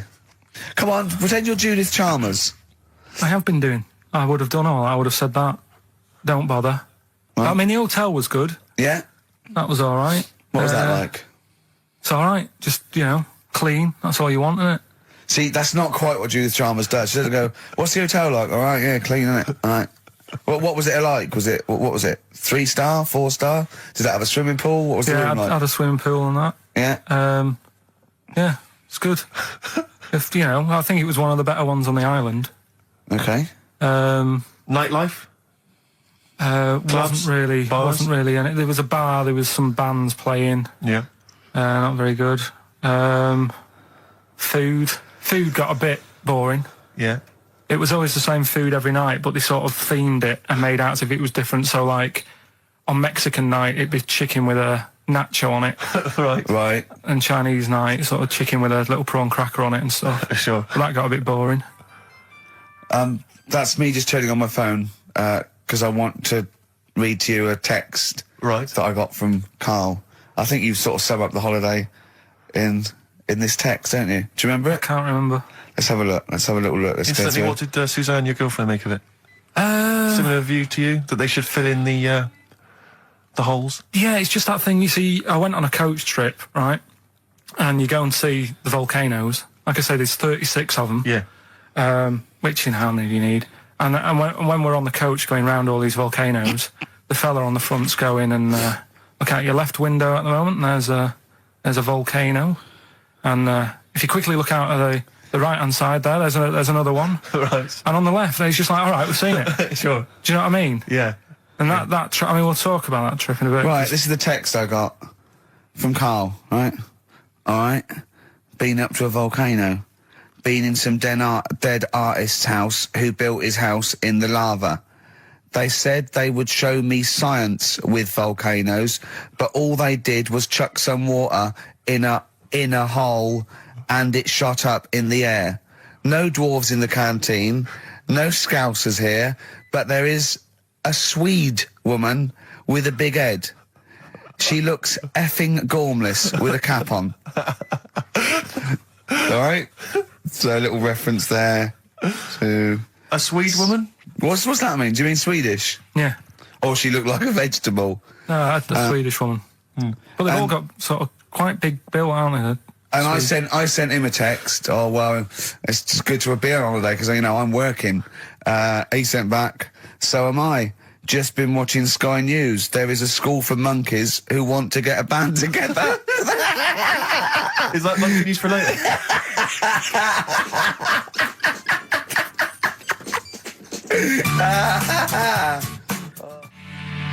Oh My Corazon by Tim Burgess. I can't get enough of that. I love that chorus. On XFM 104.9. Ricky Gervais, Steve Merchant and little Karl Pilkington. But it was a nice holiday. Yeah, it's all right. It's just, I went there to relax and that. Exactly. Did a little bit of that.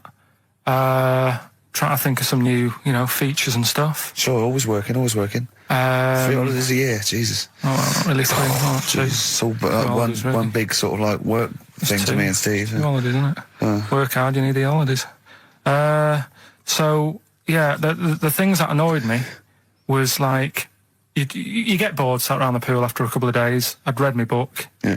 There wasn't much going on the... Not even any crabs to throw sand at, was there? No crabs or anything. They wouldn't bother with Lanzarote, right? So, decided to go on a little trip. That's when I saw the volcanoes and that, 36 of them. So, we go on the trip, and the thing that annoys me, it does happen every holiday that you go on. If you go on a sort of a package thing, they have these trips, right? And you pay about 40-odd quid, and they give you some wine, so it make it feel like you're getting your money's worth. But how many of these trips have you been on then? Loads. Probably about 12. More holidays than I've had. Go on. So anyway, so you're on the coach, right? And they take you for the volcanoes. They took us in the middle of nowhere. Yeah. Right. There's nothing else round there. Sure. It's like I say, it's like Mars, but with holes in the ground. Yeah. Right. And they sort of drop you off, and they go, right, everybody, see you back here in an hour. There's loads of volcanoes for you to look at, and a coffee shop over there. And for a fact, right, you don't need an hour there. You could just say, well, just keep the engine running, because I'll have a look in this hole, we'll get back on, give us 5 minutes. Don't need an hour. Absolutely. But you know that they've got something going. It's a backhander, definitely. What, with the coffee shop? Definitely, yeah. They go there. And they get everyone to have an ice cream and a coffee, and they sit down, have a fag, talking to the bloke. Yeah, and it's like, cousin. Yeah. How much was the coffee? Was it probably about €3 euros? So I think it was $3.50. Sure. Yeah. Which is, I don't know what, that's about £2.5 quid. Yeah, they stitched you up. Go on. Talking about this the other day. What was it now? Listen, the fella. No, listen. All right, no, go on. All right, he's got it now. Go on. This fella goes to the doctors, right? Oh, right, okay. Right, if this isn't any way apocryphal, stupid, illogical, impossible, right, you are never, ever speaking again on radio. So make sure this is at least possible. I'll tell you what, I'll even give you improbable but possible. So if anything that breaks the laws of the universe or logic, okay, that's all you have to avoid. On you go. Right, so this fella, right, he goes to the doctors because he's got earache. Right, okay, if a chimp's living in his brain... Go on. So he's got earache, he's sat in the waiting room, and his ear's all bunged up and it's hurting a lot and what have you. So the doctor comes out and he goes, right? And because his ear's all bunged up, he doesn't hear it that well, right? So he thinks it must have been me, right? So he wanders in. Keep going. Anyway, I'm going to hate this. I can just feel it in my bones. Steve, I'm going to let you take over. Okay, let's hear it. So the doctor says, sit yourself down there, right? So he sits himself down. He goes, right, take your pants off, right? So he's thinking that's a bit odd. Anyway, He heard that though. he apparently he took his tackle off. The doctor did some operation. What, there in the waiting room? No, in his office. In his office, yeah. What? Wait. So he removed what? His genitals. Yeah. In his office? Why, Karl? Why, Karl? Because he hadn't called him in. Oh, he'd called in the bloke who wanted his testicles taken off, and he didn't do it. What? So the doctor went out and said, Mr. Jones, who's here to whip off your cock and balls just here and now, right? Bloke comes in, didn't it? It must have been me. So the bloke who wanted his balls taken off didn't say, oh, I think he said me. So he didn't interrupt then. So the bloke goes in, he starts taking his testicles off, and he doesn't say, I'm here for me ears. What are you doing with that? That is a blinding record. And before that, Rick, what do you make of those adverts? They were great, weren't they? I like them, yeah. I'm going to buy all them products on the way home. And that's endorsed by Ricky Gervais. He's won awards. Yeah. Rick, do you remember this? This was a hilarious moment. No, you'll remember this when you hear it. It was when Karl said something that was basic. Well, I think for a lot of people it sounded like a lot of old bollocks. Karl's found love on the street before, haven't you? How's it going with your bird, Karl? Are you married? No. How long have you been out with her? Going out with her? 7 years. Because, I mean, you're quite a simple man. Yeah. You're sort of a simple In a nice way. I mean, yeah, you're like Helen from Big Brother. Yeah, you're sort of nice enough, but I look normal. well, yeah, you sort of do. But you could be one of those that just suddenly go mental with a pen. Yeah, do you know just what I mean? stab people through the eyes. Yeah, you sort of look normal. But if I wouldn't really want to wind you up to a point of frenzy. How did you meet your girlfriend? Through work. What, through her work? What, you phoned up and said... We worked at the same place. Oh, you're right. Yeah. You're quite an enigma, aren't you? Could you give us more on that? At work, you met her at work. What, she came in selling sandwiches? She was going through the bins outside. Oh, that's brilliant. So they could throw it on the fire. I think It is sort of like a quick skim through, do the work circuit right. Yeah. I think that's like a cigar off the cooker. Oh. Well, anyway, listen, a good friend of ours, Ross Noble, the comedian, brilliant, he gave me this picture, Karl, which he's got from a magazine. He loves you. He And I have thinks to say, I think this... I just looked at it then. Obviously, it's not going to mean much to the listener. Oh, this is but it is self-indulgent. currently available. I think it's in the current edition of Bizarre magazine, so you might want to buy that. It's and not you can horrible, though, is it? There's a certain grotesqueness about it. Oh, it's a deformed person, isn't it? Well, to a degree, but I think what it's going to do for Karl is give him, I think for you and I, Rick, we're going to see his face. Light up. Lighten up, like opening a wonderful Christmas gift. Oh, you know what? I think I've seen this. Is this the one with the kid with the big head? I'll be honest with you, Karl, it is. Have you seen it already? Yeah. Let me just show it to you again so you can have a look. It's like I haven't seen it. It's like... yeah. We shouldn't be laughing at that. No, but that is like the kid who I went to school with. That is the same. That can't be the So same. do you recognise him? Seriously, that is the same thing he had. I mean, I have to say, it does I'm look not like sure. it's been computer generated. It's so odd. Yeah. But look at the child's face. I Look know. at his Well, reaction. Don't take another photo of me. I'm not sure this is right. It's not right. But I was hoping that would give you, Karl, just a little glimpse of. We've had a the request wonder. as well on the best bits. So someone wants to hear you talking about your mates with the big heads. I don't believe it, because every time we go there, we get some sort of complaint about something. About what? Just leave it. Well, that for some reason that always goes from the story with my dad going to Blackpool for taking those kids there. And what kids? And leave it. No, what? No, I don't know. There's people that know what you're talking I'll about. tell you when we put a song on. No, well, I know what it is, but Well, you if can't you just say wanna that. know, Is it when? email Is in. it okay? Is it when your dad put a kid in the wheelie bin because he was getting out of hand? Yeah. So we're going to be We can't go through it again. Rick. It's too controversial. We're gonna. What's the name? No, well, the thing is, right, you were just saying about what are you about Christmas. That's the funny thing, right? Because in our house, there's no one who's religious, right? No. My dad got annoyed when I went to church that day. He was like, what are you doing that for? Of course. I went to see a gig in Liverpool. Remember the band The Christians? Yeah. He thought I'd join some club. Yeah. I said, I've been to see The Christians. He was saying to me, man, what's he doing going out with them? Yeah. And then the other thing is, because I'm not christened or anything, my mum used to say to me, don't tell anyone that, because there's witches and stuff. I want to go back and see his upbringing. I just want to go back and see him at 7. One day in the life of Karl, age 7. Just to have 3 ghosts visiting tonight. and take him back through time. But we could go with him. We could be some of the ghosts. Yeah, I the just ghosts like of Christmas past. Oh, Remember this? That's incredible. Because So- then we just don't tell So what just tell she you a bit more. thought. So she wasn't Christian, but she thought maybe someone could take your soul because you weren't It's christened. like there's cults and that, isn't there? And if they find out you're not christened, then Right. So I don't think no. they care. I don't think a lot of cults care. Well, But what can they do if you're not Christian? I don't know. I just said all right because then through that time there must have been a time when. But that hold was on, a now they problem. know. Yeah, but I'm older now, so I'm all right. She used to worry about me playing out on the street. Oh, she was worried about when you were naive and stupid and easily led. Well, yeah. No, good point. No, you're right now, yeah. So- yeah, good. Yeah. I just have to show you something, Rick, before we move on. I know we've got another Educating Ricky, but someone just sent this in. Yeah. They've been looking on eBay for Victoria Plum. You're joking? Come here and see the photograph. Oh, God, that's fantastic. That's it. Oh, God, he got that for his mum. It's the worst piece of tat I've ever seen. Carl! Carl. Imagine how... Oh, Gutted. Carl. Imagine how... Look, think of him now, right? There it is. That's the worst thing I've ever seen. I'll tell you, it looks like a Diddy man gone wrong. It's it looks like a extraordinary. Diddy man prostitute. That is... Is that the one, Carl? Is that... Well, it was a different colour. I had a yellow at mine. No, but look, how do they get... Tell them they Okay, so, go into eBay. So you need to log on to ebay.co.uk. I'm sure you've used it before. It's the online marketplace, ebay.co.uk.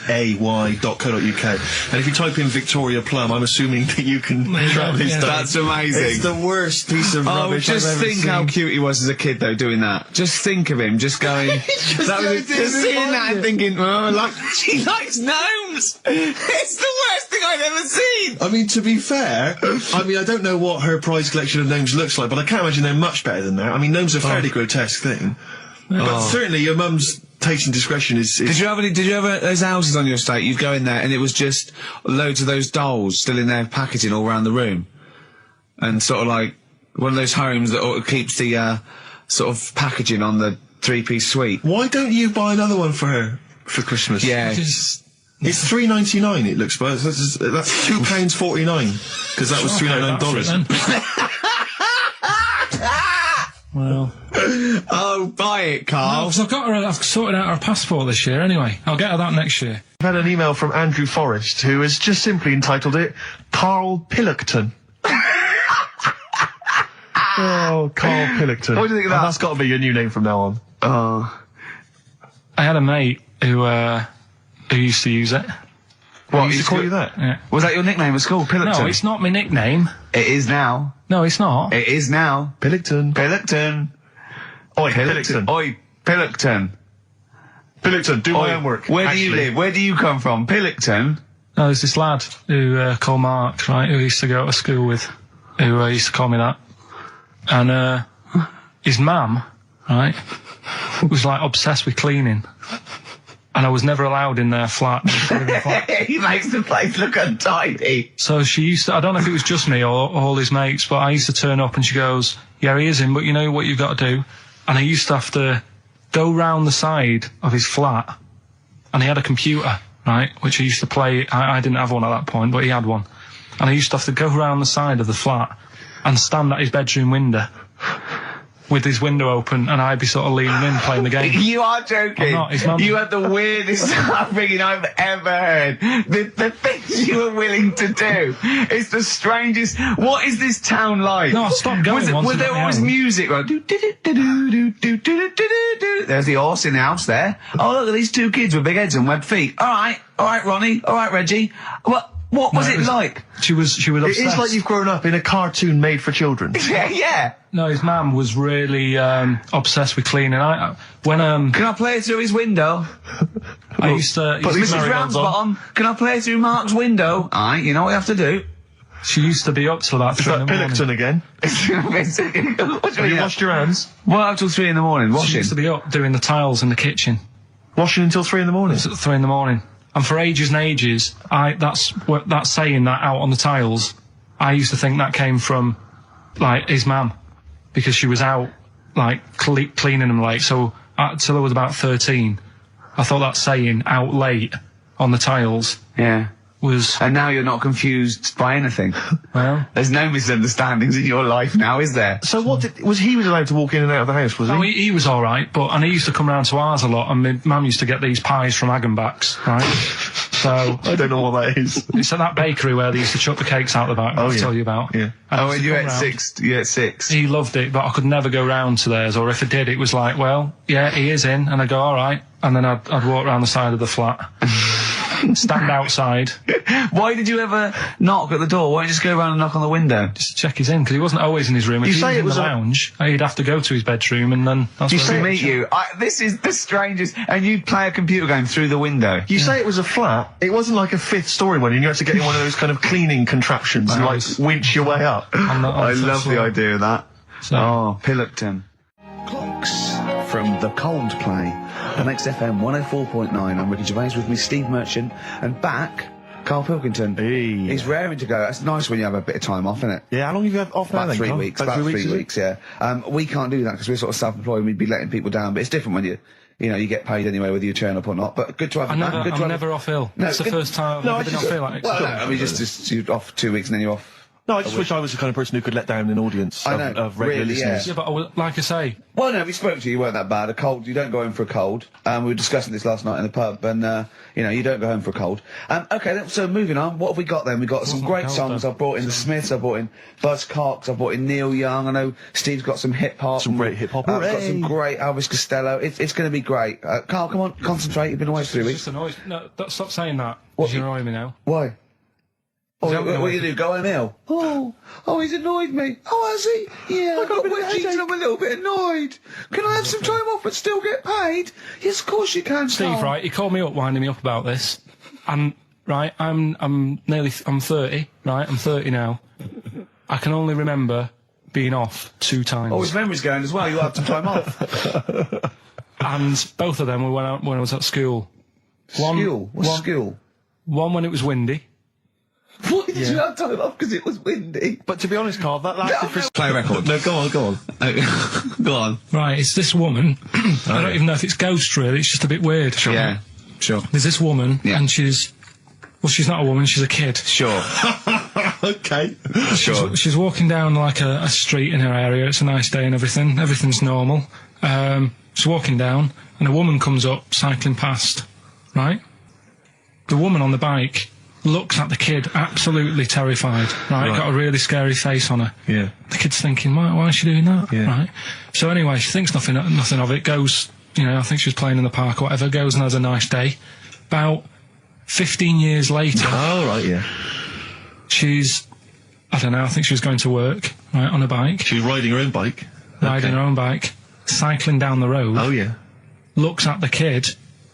That's the thing that happened, like, 15, 20 years ago. Right. It's her on the bike looking at her as a kid. Right. What is it? Not another child. No. So it's her, she's seen herself. What, Karl? I mean, I don't know where to start. Firstly, where's this information come from? But I mean, why do you ever? I mean, I don't know what part of that you think can be true. I mean, honest, I'm speechless. I don't know what to say. What are you talking about? Bit weird, though, isn't it? But it's not It true. didn't happen. Nothing happened like that. She said it did. Well, Who? she's Who? wrong. She said she saw herself. She saw herself as a kid, didn't she? Did she carry on riding And as an cars? adult when she was a kid. Did she stop and talk to herself, or did she ride on by and think, that's a bit weird, there's me as an 8-year-old. I won't stop, I'll be late for work. Yeah. If I'm late again, the boss said he'd be in trouble. Yeah. Oh. Well, And where is this information? Did it happen to someone you know? No, You overheard it on the bus? no, it was in the 14 Times. We've had a lot of emails saying, could you bring back White Van Karl? Oh, yeah. Which is that section of the show where we ask the questions that the Sun asks Someone various else. random punters Yeah. of Karl. But sadly, recently, they've got very politicised and very kind of, basically a little bit depressing. So there's not really anything appropriate. But I have trawled the papers looking for other questions posed in other sections of the Sun. Good idea. I was just looking here at the Dear Deirdre section, which is the sort of problem page. I don't know what your views are on I'd this. love to see Karl. Oh, God, can we get him a job? As an Just agony. ask. Oh, my God, that would be amazing. Right? Well, here's one. I'd like to see your view on this, Karl. I'm a happily married 42-year-old woman with 4 kids, yet I've developed a huge crush on pop star Darius Dinesh. Yeah. It sent my hormone levels through the roof, Yeah. and last night I woke my husband up at 4 a.m. for sex. We've been married for 20 years and he can't believe his luck. Recently I've been having I want to go to I'll stop you there. Why are you telling me? Right, carry on. Sorry. Recently, I've been having erotic thoughts about Darius morning, noon and night. Yeah. I haven't felt like this since I was a teenager and mad about Donny Osmond. My husband is amazed at the change in me. We had sex twice last night and again this morning. Again, why are you telling me this? Yeah, go on. He's just boasting. This is not a problem. It's not a problem. What's here. the problem? No problem, just wanted to tell someone. Thanks very much. I watched Darius on TV last night, and when my husband came home, I dragged him into the kitchen and we made mad, passionate love. Right, they did it then, twice last night, once this morning. That's 4 times. 5 times she's mentioned it so far. Yeah. She's doing all right. My husband, this is a great bit. My husband thinks it might be his new moustache. Or that I'm going through the menopause, but I You know were thinking different. of growing a moustache? I was Just to thinking think of of growing a changing moustache. up with the ladies? I love the idea. That's what he thinks it is. He's telling his mates in the pub. You should gone grow mad with to me. these. Grow The with old these, Tom right? Selleck. 5 times in the last 24 hours. Hooray for sexy Darius. So, what do you make of that then? What are your views on that? Hold on though, if that bloke is reading that paper, that narrows it down It's a gotta bit. be, yeah. Who else did he know? His wife likes Darius, he's had sex 5 times that night, and he grew a new moustache. He's thinking, I wonder if that's me. Maureen. Yeah, go on. But what's your concern? Because I'll tell you what her problem is. She's worried that, the reason that she's now kind of overly excited and she's having this great sex with her husband is because she's actually fantasizing about someone completely different, younger. She's having these wayward thoughts, isn't she? She's a bit concerned about that. What's your concern? What are your thoughts? I reckon she's going to start shoplifting soon and coming out in hot flushes. Go on. Just, they're both happy, aren't they? He's getting what he wants. She's happy. I'd say, yeah, whatever, get on with it. Do you think that she should confess? She wants to be honest with him. I wouldn't, because not that many fellas like Darius. Right. So, if you're sort of thinking, oh, she'd rather have him than me, I don't What do you think it's gonna Darius would think of this? work. He'd probably be happy with that. I mean, What would you do if you got loads of phone calls, right, from women going, Karl, whenever you're on the radio, I just have to do it. I just have to do it. Your voice makes me... I'd say, right, well, it's alright. I'd be happy with that. Would you? Yeah. I mean, just in case anyone is doing that. What would you do to sort of like egg them on a little bit to help them out? What do you think? What sexy things would you say? What do you think is your quality? What do you think people would find, pretty horny about you? Is it your sort of mank wine, do you think, that? It's the best of. You've been voting in all week, sending your emails. So here's the clips that you wanted. Alright, so, here's the first bit. Yeah. Some doctor or something who was into, like, the way bodies work, they got their head cut off. Who did? The doctor? Yeah, he was doing a bit of an experiment. And he cut his own head off? Yeah. Okay. And it was about, he said, when my head's in the basket, I'm going to blink my eyes. Right. Okay, sorry, hang on, let him finish. And, so the doctor has chopped his own head off, and he's told everyone, I'm going to blink my eyes to prove that he's there's in the life after basket, death. and he goes like, right, I'm going to blink my eyes about, as many times as I can. So quick, count them. And they count, and he got to like 15 before he Right. died. Now, this is how Karl told me that. Till Nick Frost explained that, Karl told me, he said, right, well, a bloke, right, he had his head cut off, and when his head was in the basket, he went, count how many times I can blink.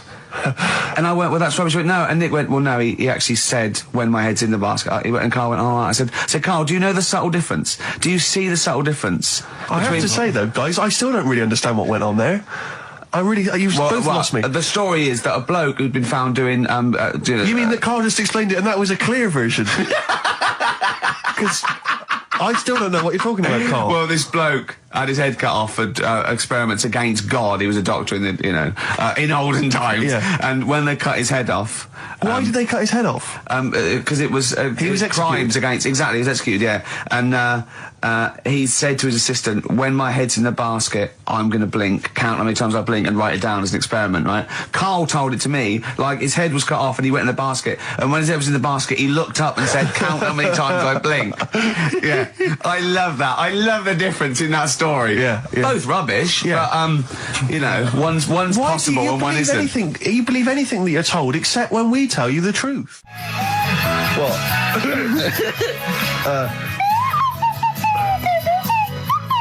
Someone's left one of those little things in here. It's brilliant, isn't it? Amazing. What are they called, those things? I imagine they're just there. I was thinking of being in the front row at a Morrissey concert and going, can I just play along? They are brilliant. I don't know what kind of sound that is. I don't know. It's only used for when Kenneth Williams Yeah, exactly. sees someone undressing. Yeah. That's the only time that is used, that noise. Exactly. That is But brilliant. it's like it was specially created for the Carry On films. Yeah, we need, I don't know what it is, but we need something when I walk in and see someone changing. Well, what about this? There is a light that never goes out by the Smiths. I phoned Karl up in the week, yeah, and I said, what are you doing? He went, well, even though it's one of my days off, I'm just doing some research on the web. Found anything that said, yeah, I'm doing science. And then he said, you can get wigs for dogs in Tokyo. That's his scientific fact. And I went, what do you mean? Dogs, if they need a wig? I said, if they need a wig, what? Dogs going bald? And he went, like, this is fine to him. He went, it's a stressful city, Tokyo. The world's all right with Karl. He's always got an explanation. I've only ever seen him confused once.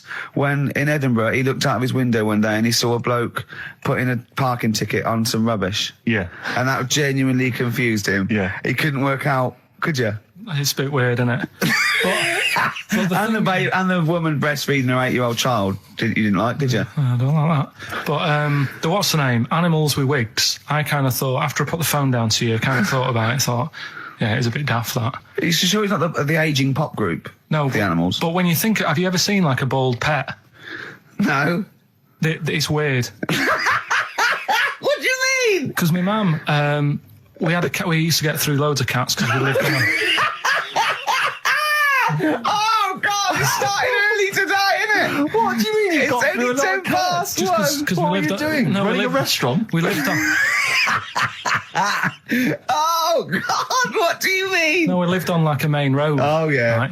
So Yeah. we used to get through a lot of them. My dad It was kept their saying, risk. you know, stop wasting money, you know, it's not Stop good. wasting money, not wasting cats. Right, so anyway, we had this cat that was ill all the time. And It's just bag of news, probably. Yeah, malingerer. Yeah, I'm terrified. I'm going to which house? Rome. Oh, God, bloody hell. Rome. Don't let me go to the Pilkingtons. and it, for some reason, it kept being sick all the time. Right? Yeah, that is news. That's definitely news. So my mum kind of thought, I've had enough of this, and she shaved it. Whoa. Whoa. Now, I know you're not vets in your family, but what correlation did your mum think there was between you being sick and shaving it? Because it kept being sick, and it was a pain to wash, because it kept getting So caught she up. wanted a dry wipe cat. So Why didn't you just varnish it? What? it's weird. It's weird, though. So now he's cold and sick. No, but not all of it. She left sort of the back half, but sort of from its waist, sort of. I love that. Shave it because it's sick on itself. And That is it was the genius. weirdest looking thing. I mean, normally I like cats. I'm always like giving yours a stroke on the head and that. Yeah. But as soon as she did that, it was like, oh, Yeah. can't touch it. And then So now it's sick, cold, and hated. Yeah. Karl. It must have, I mean, the other cats must have been taking the mick out of it constantly. It's just making things worse. Did it get, I'm hoping that it got run over and was put out of its misery. now I think it got all right, that one. Or is that the?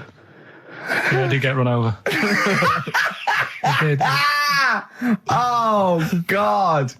Oh, dear. How many cats do you say you've got through?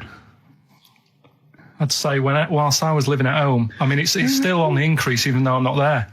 So whilst I was there, probably 5. God. Wow. Oh. Yeah. And were you upset each time, or you just got used to it? It's one of them things, isn't it? Like I've said before, when you first see something, it's a bit of a shock. Do you know what I mean? It's like the Elephant Man or whatever. Yeah. First time you see him, it's that sort of, oh, look at that. Do you remember the first time you saw Steve? No, I'm not being funny. Do you remember the first? Yeah, but I've said this before. It's always, then you get used to how people look and you don't... No. I'm gonna burst. Out of Time by Blur. Luckily, we're not out of time. Got another hour and 25 to go. So it's not over yet on XFM 104.9. I'm Ricky Gervais with me, Steve Merchant and Karl Pilkington. We've had quite a lot of emails, as ever. Rick. I should just say, because we're very lazy. It's a much listened to show. We're very lazy people, and we rarely reply or read out the emails. But I never read the emails. Absolutely. So I rely, if I haven't replied to them, or my mail, Steve opens my mail and reads my emails. So if I haven't replied, it's just because he hasn't passed it on to me. Yeah. Okay. But I haven't passed it on to you because I know you'll never reply. Sure. You know, I'm just cutting out that. But I just want to say thanks for the emails. We do read some of them, and we do appreciate the fact people send in jokes. I appreciate it. I love it. We've I don't have to do anything towards it. Sure, we had an email from Jack. He just said he missed the last 2 weeks' shows. Has he missed anything? Not really. No, it's the same stuff. Same old I think last week Karl was having a go at Chinese people not aging well. He had a go at the gays, and he came up with a ludicrous story about a monkey that was impossible. Yeah, so I don't think Jack's missed much. Go on. We've just had an email from the Pringles people. Oh, right. Good, because it's finally started to happen. I hear these stories about people given cars and Armani suits and trips abroad, and we haven't had no, but finally people are starting to, realise what we're doing, our impact on society, and we've got a whole box of Pringles sent to us. Not on those little tubes, the proper tubes, the foot-long tubes. Yeah. So... and well, what have they said? Well, the Pringles guys want have them said, back. No, they've said they like the show, and if you want more Pringles, give them a call and they'll send you more Pringles. Yeah. I bloody love Pringles. Yeah. Pringles are... The thing about Pringles is, they're Moorish, right? Yeah. But how would I put it? You know the sort of thing, when I open them, yeah. And by that, when I pop... right. Yeah.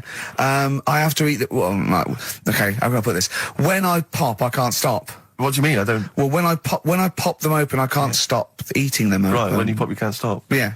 Yeah. I think that's because of the chemicals. I think that might be the reason. But they're good chemicals. They're good chemicals. They're the best chemicals. Pringle chemicals. They're not bad chemicals. Lovely. Like using chemical so, warfare. yes, I want some more Pringles. Bob Dylan, It's All Over Now, Baby Blue from 1960-something. Bit of trivia for you, Steve. Go on. That is the last record we ever played on the old XFM before we were fired. I bet that was a moving moment for about 8 people. I just thought of something. You know that thing we did about, they said that we just cared about the money, selling it to America? Yeah. If we cared about money, would we be here now? Do you know what I mean? I know. I think this proves that we don't do things for the money. Exactly. Jesus. All right, Karl? Couple of emails. Monkey Matt's emailed us. Who? Monkey Matt. Oh, Matty, yeah, go on. Yeah. He says... How's the Monkster? He's all right. He says, Karl has missed a cracking headline from The Sport. Hide-and-seek champion found dead in cupboard. I hope it's real. I don't know if it is. I doubt it. Feeder. You know what? I'm annoyed at now, right? We've got another ad break coming up. How many ad breaks have we had in this show? I know. Karl, how many ad breaks have we had in this show? Only about 3 an hour, 3 or 4 an hour. 3 or 4 an hour, so about 3 minutes. So, 20 minutes. 20 minutes is wasted on shite. I mean, apart from the stuff we talk about. Well, it's funny you should say that, because someone said to me last week that they felt that there were more adverts now on the show than there used to be. Are there more adverts in the show? I think, just checking some of the emails, I think that's because people are requesting them. They find them more entertaining than what we're giving them. But can't we sort this out? No, don't go on about it. No, can't we though? Why can't we have less? Why have we got so many? Is it... It happens, doesn't it? Well, no, you can't listen to radio after every record. It's bad enough trying to keep them listening with the rubbish we come out with. Yeah, we've got Rockbusters here, let's get them back. You know what Don't steal our son. Please, lads. Thrills on XFM 104.9. I'm Ricky Gervais. With me, Steve Merchant and Karl Pilkington. Yeah. Little Carly Pilkington, little baldy mank whinging little twat. How are you? Yeah, all right, yeah. What have you been doing? Happy? Feeling a bit happier today? You look as full of spunk, as they say in America. Yeah, I'm all right. Just a bit of a miserable day, though, isn't it? Yeah. A bit miserable. Yeah. Walking in today, right? Do you know I walked through, like, the sort of the gay district of London and that? Right. You don't walk, you mince, don't you? Well, just walking through on the way to work, and I'm always interested in their little shops and stuff that they have, right? Loads of their little shops. That's don't be ashamed of. If you want to go in and buy something, go in and buy something. I'm just having a look at, looking in the windows and stuff. Little postcard just near the near the entrance. Yeah. That's meant to tease people in, to make people go, that sounds good, I'll nip in, right? Little postcard, free butt plugs with every sale. That's great. How did we get from 5p off milk to free butt plugs with every sale? Wow. What society come to? Well, it's because we're liberated, Rick. Yeah. You know, it's an open What did society. you buy to get them? You didn't buy... No, I didn't but what's the purpose? What, of the poster or of butt plugs? Butt plugs, because I really honestly You don't... shove them up your arse, don't you? Whoa, slow down, bum. Shove them up your bum. Yeah. But when? Is that just like when you're doing whatever, doing stuff around the house, or... I think it's not to keep things out. Is it like you would use a plug in the sink to keep, the water in the sink? Oh, if you're not gay. Get that? Oh, yeah. No, I know what you mean, yeah. I don't know. No entry. What is it? I mean, I don't understand what I that's don't know. I assume it either feels good or are they... well, I've got to be careful here. Or are they sort of like breaking it in? Right, yeah. Do you know what I mean? Like it's like a shoehorn.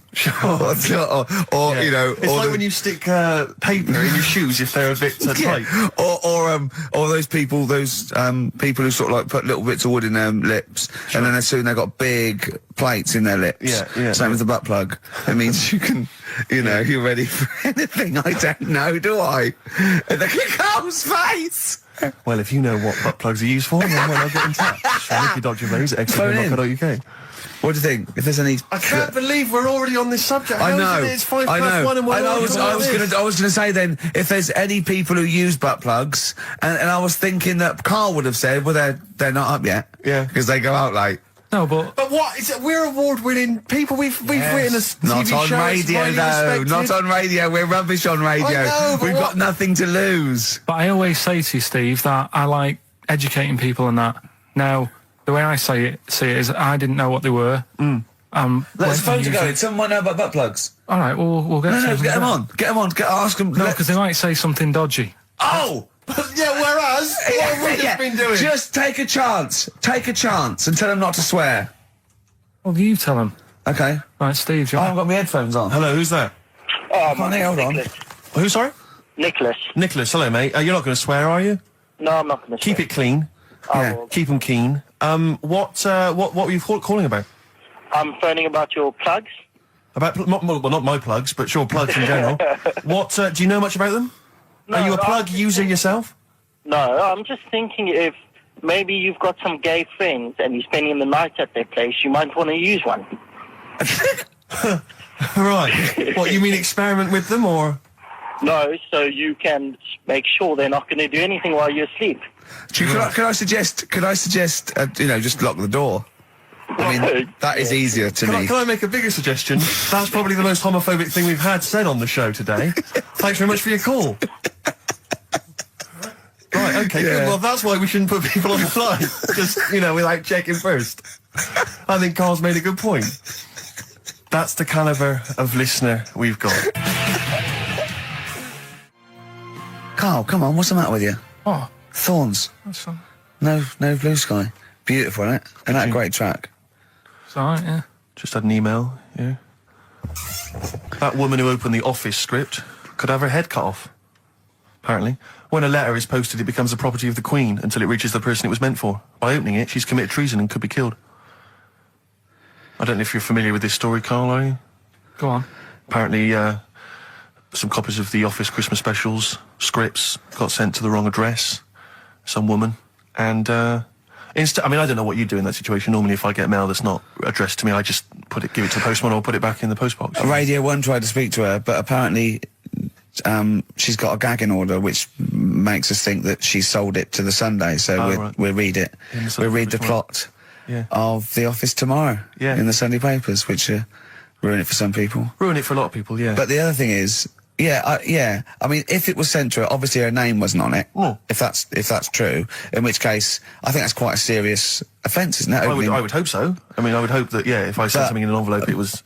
But the BBC, the BBC, thinks that because the person they said it was meant to be sent to got his, he thinks maybe that's an excuse. Maybe someone gave her the script and said, don't say it came from me. Yeah. So... I don't know, maybe she's protected someone, I don't know. Yeah, well, I mean, don't if that is Well, the either way, don't sell it to a newspaper. Well, yeah.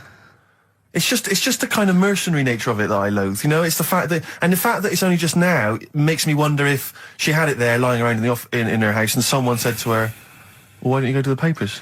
Yeah. Try and flog it. But I just don't think I don't think she's going to get a lot for it, because people are going to see it soon. It's not like it's the Hitler Diaries. Well, Do you know they're what not very well written.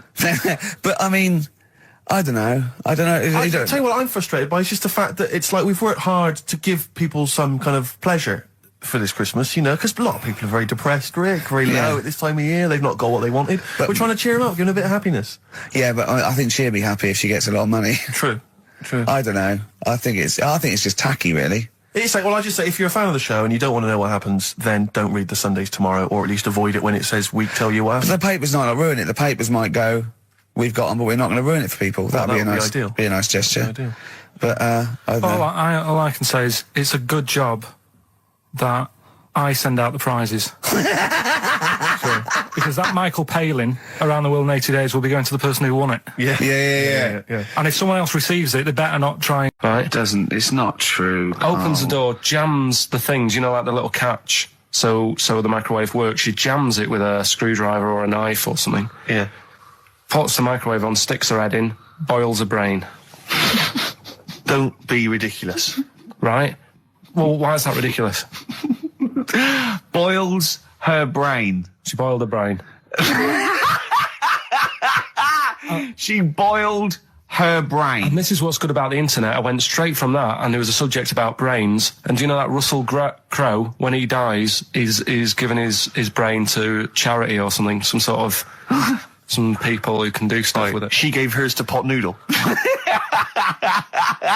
Vesta. Yeah. Oh, That's the boiling sort of a stuff. skull. Yeah. That's not true. It's not true, Karl. It's the same as the woman who put her poodle in the microwave, isn't it? And all that. Just urban myths. They're urban myths. But again, where does it start? Someone made it up. Yeah. For a laugh. They're just too convenient urban myths. Everyone said you can tell an urban myth's not true because it's always this happened to a mate of mine, and when you say what happened then, they go, don't know, that was it. Was it? Was that it? Was it? Someone boiled a brain and that was it. There was no more story. Well, Were there any dates, locations, times? I think it was in Belgium. There's that one that a bloke, right, was going to get a phone call at 4 o'clock to find out if his business was, okay, right?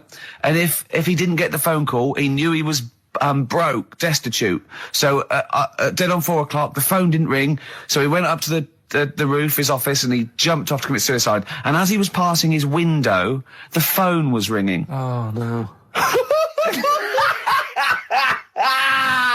Karl, it didn't happen. Didn't happen. Think it through. Think it through. Who told that story?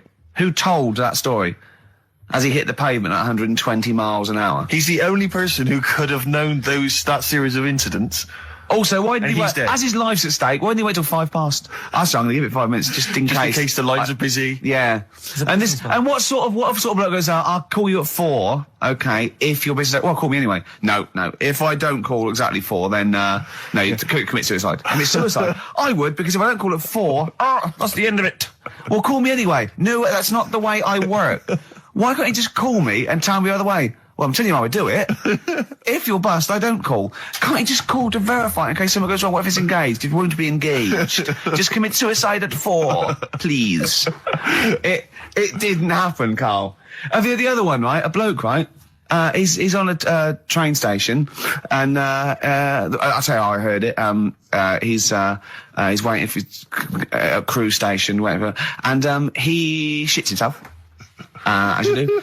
And so he goes, my train's in 5 minutes, So he runs across to Millets and goes, quick, Levi's, 36. The bloke just puts it in a bag, he runs onto the train, he goes into the toilet, takes his, from his dinghy. Sat in his dinghy. That is brilliant. It was an inflatable dinghy, it wasn't like a wooden. Yeah, an inflatable one, yeah, big inflatable Did you ever go around and visit him? Yeah, now and again.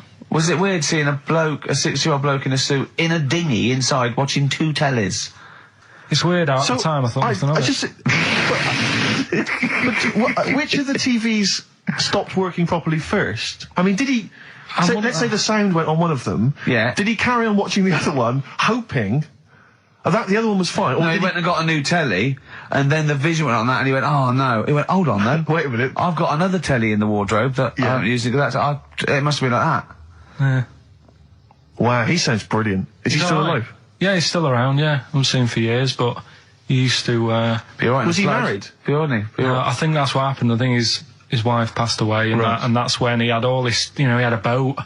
And it's like, oh, where am I going to put it in a bed sit? And it was like, hang on a minute. Yeah. You know what I mean? Sleep in that. So, yeah. I wonder if he ever brought any women back. Just the idea of bringing them back, getting down to it. Shall we move into the bedroom? Ahoy!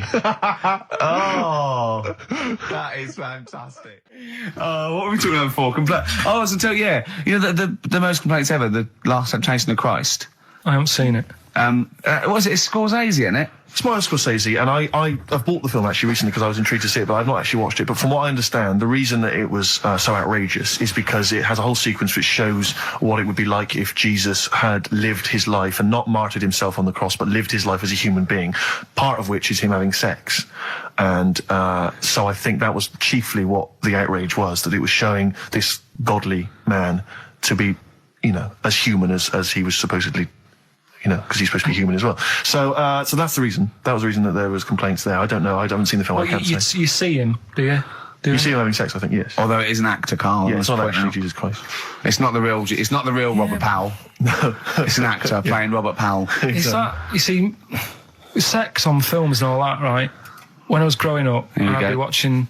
No, just saying an example of this, really, Go on. right? When I was growing up as a kid and I'd be, you know, watching films with my dad, right? He'd really be enjoying a film, right? And then a sex scene would happen. Right.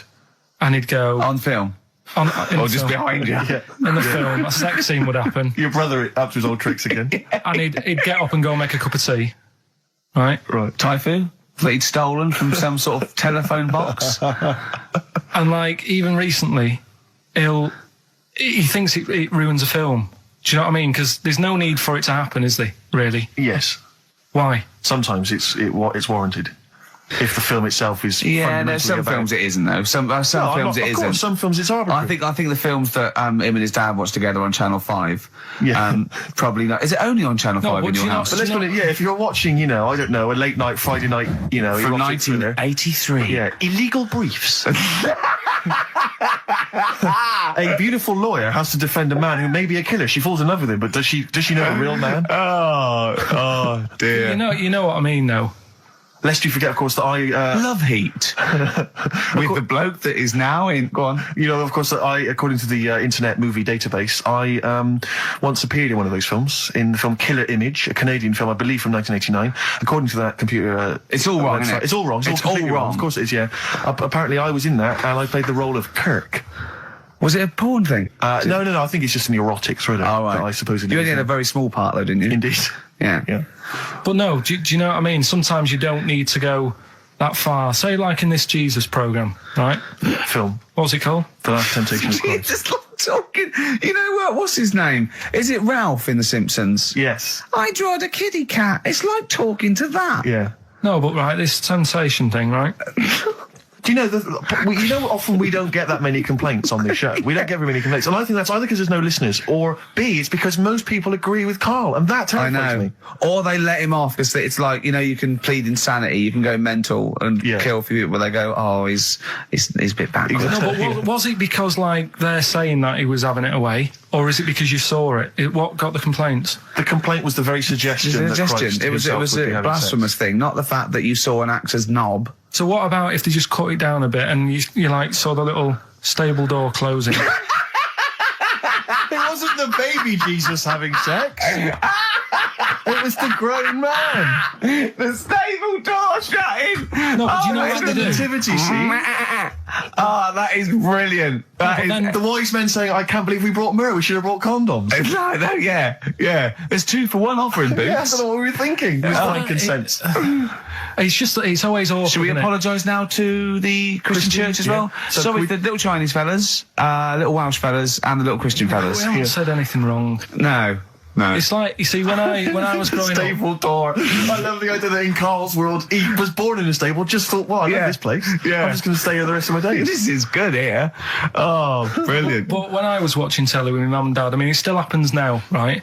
My dad will sort of go, oh, ruined, good film ruined, right? Yeah. If some sex scene happens. But why doesn't he But just what are we ignore talking it? about sex scene? Are we talking about a kissing or are we talking about penetration and looking at the camera? Going, just- are you enjoying this, Pilkingtons? What are we talking about? What is sort of extreme levels are we talking about? Right, last time I was down there, right? Yeah. What was it? Meet Joe Black. Meet Joe Black. Meet Joe Black is a terrible film. yeah. Yeah. Right? There was good film, and then you know it's going to happen because like the music comes in. Brad Pitt's keeping quiet. A woman's eyeing him up. Sure. So my mum, I love that. my mum's worked it out already, and she's going. Anything on the other side, love? She knows. She She knows it's something's. Well, so you can be enjoying a film and you can be an hour and 10 in, and then some spidey senses of one of them can go, should we turn it over? And the other one goes, yeah, all right. Are you sure it's not them protecting you from scenes of sex? So that what they're thinking is, what if Karl gets the idea to have sex? Yeah. That could lead to procreation. We don't want any more like him. Yeah. We've got to end the line here. You sure it's not the doctor? Keep calling on going, you are keeping away from exactly. women, aren't you? He must never find out. Are you how sure it's they're not done. embarrassed because they're watching a sex scene with their son? It happens every time, right? There's 2 things that my mum does, right? It's that if there's sex scene on the telly, she'll go, anything on the other side, love? And the other thing she always says, if ever there's anything on the telly with Elvis in it, Yeah. she goes, oh, I like him, right? And we all know, we sat there, we know what she's going to say next. Yeah. So you don't even bother saying why, right? And she goes, he likes fat, ugly people. He what? He liked fat, ugly people. He didn't always go for like the good-looking fans in the crowd. What Elvis did? Yeah, Right. that was always the thing. And I'm sorry. Now, hold on. I don't know what we're doing now with our lives, Steve. Right, wait a minute. Right. So your mum says 2 things, right? She either says... Is there anything else on the is other there side? anything- Or, I like Elvis. There's a pause because you know what she's going to say next. She says, he liked fat, ugly people. How often does this occur? Well, because they've got like, Sky, there's a lot of those channels on. They're like the music channels. So Elvis always comes on. There's either an Elvis film, there's like, a classic hit by him on. And she'll go, I like Elvis. He likes fat, ugly people. And what do you mean he liked fat, ugly people? Is she a fat, ugly person? Because there's that special Vegas show, isn't there, where he's dancing about, right? And he's got loads of scarves around his neck. Towels. Yeah. And like, he always hands them down to the fat, ugly ones. Right. And I always say it's because they're the fat, they got a sweaty face because they can't, you know what I mean? I don't know what world they I live don't in. know how we've got onto this subject. What sort of world are you guys when you're watching his face? And what do you mean fat, ugly ones? You mean they're in the front, they're sweating a lot because they're a bit Yeah, chubby? so she thinks, is giving them a towel because But it's like, he's really going, wipe your face, you're putting me off, you Yeah. fat cow. Stop sweating near me. There's another one. What? So, hairy Chinese kids, Yeah. Jesus. We haven't slagged off hairy Chinese kids. We slagged off Chinese. We didn't slag anyone off. We just said they really haven't got a town as such, and they wear shoes. What did we say? Yeah, little wooden shoes. And what did the I just don't know how we got onto Elvis and big fat ugly women. I don't know I don't know how we Did you sidestepped from the last Temptation of Christ. Did you see that fat girls and feeders Go program? down a minute. Eh? What's Tom Petty first? Oh, brilliant! It's a great song. Breakdown. How many Tom other Petty. radio shows have talked about Last Temptation of Christ, Chinatown, Yeah. fat ugly women? More Yeah. than 60 minutes. Exactly. Incredible. Sony Award winning. I've always wanted a little owl on my desk. I'd be doing work and there'd be a little owl there and I go, can you give me that pencil? And it just sort of goes over and gets me a pencil, goes, cheers, and it just watches me and it thinks I'm brilliant. Do you know what I mean? Not really, no. No? No, I've never had an urge to have any kind of animal sat on my desk. No, Carl? You'd like a little owl, wouldn't you? That helped you. No, I had a little magpie, didn't I? We've talked about that. Oh, he came down and started pecking your grifter, didn't he? Yeah. What was his name? Maggie. Sure. Brilliant. Inspired. And you took it to school and it didn't come back once. Didn't come back. Didn't see it again. Oh, dear. Did it ever peck your head? Because you used to have hair, didn't you? Mm. Yeah. No, it did. It started getting a bit violent. Really? Yeah. But was it becoming sort of age when adolescents probably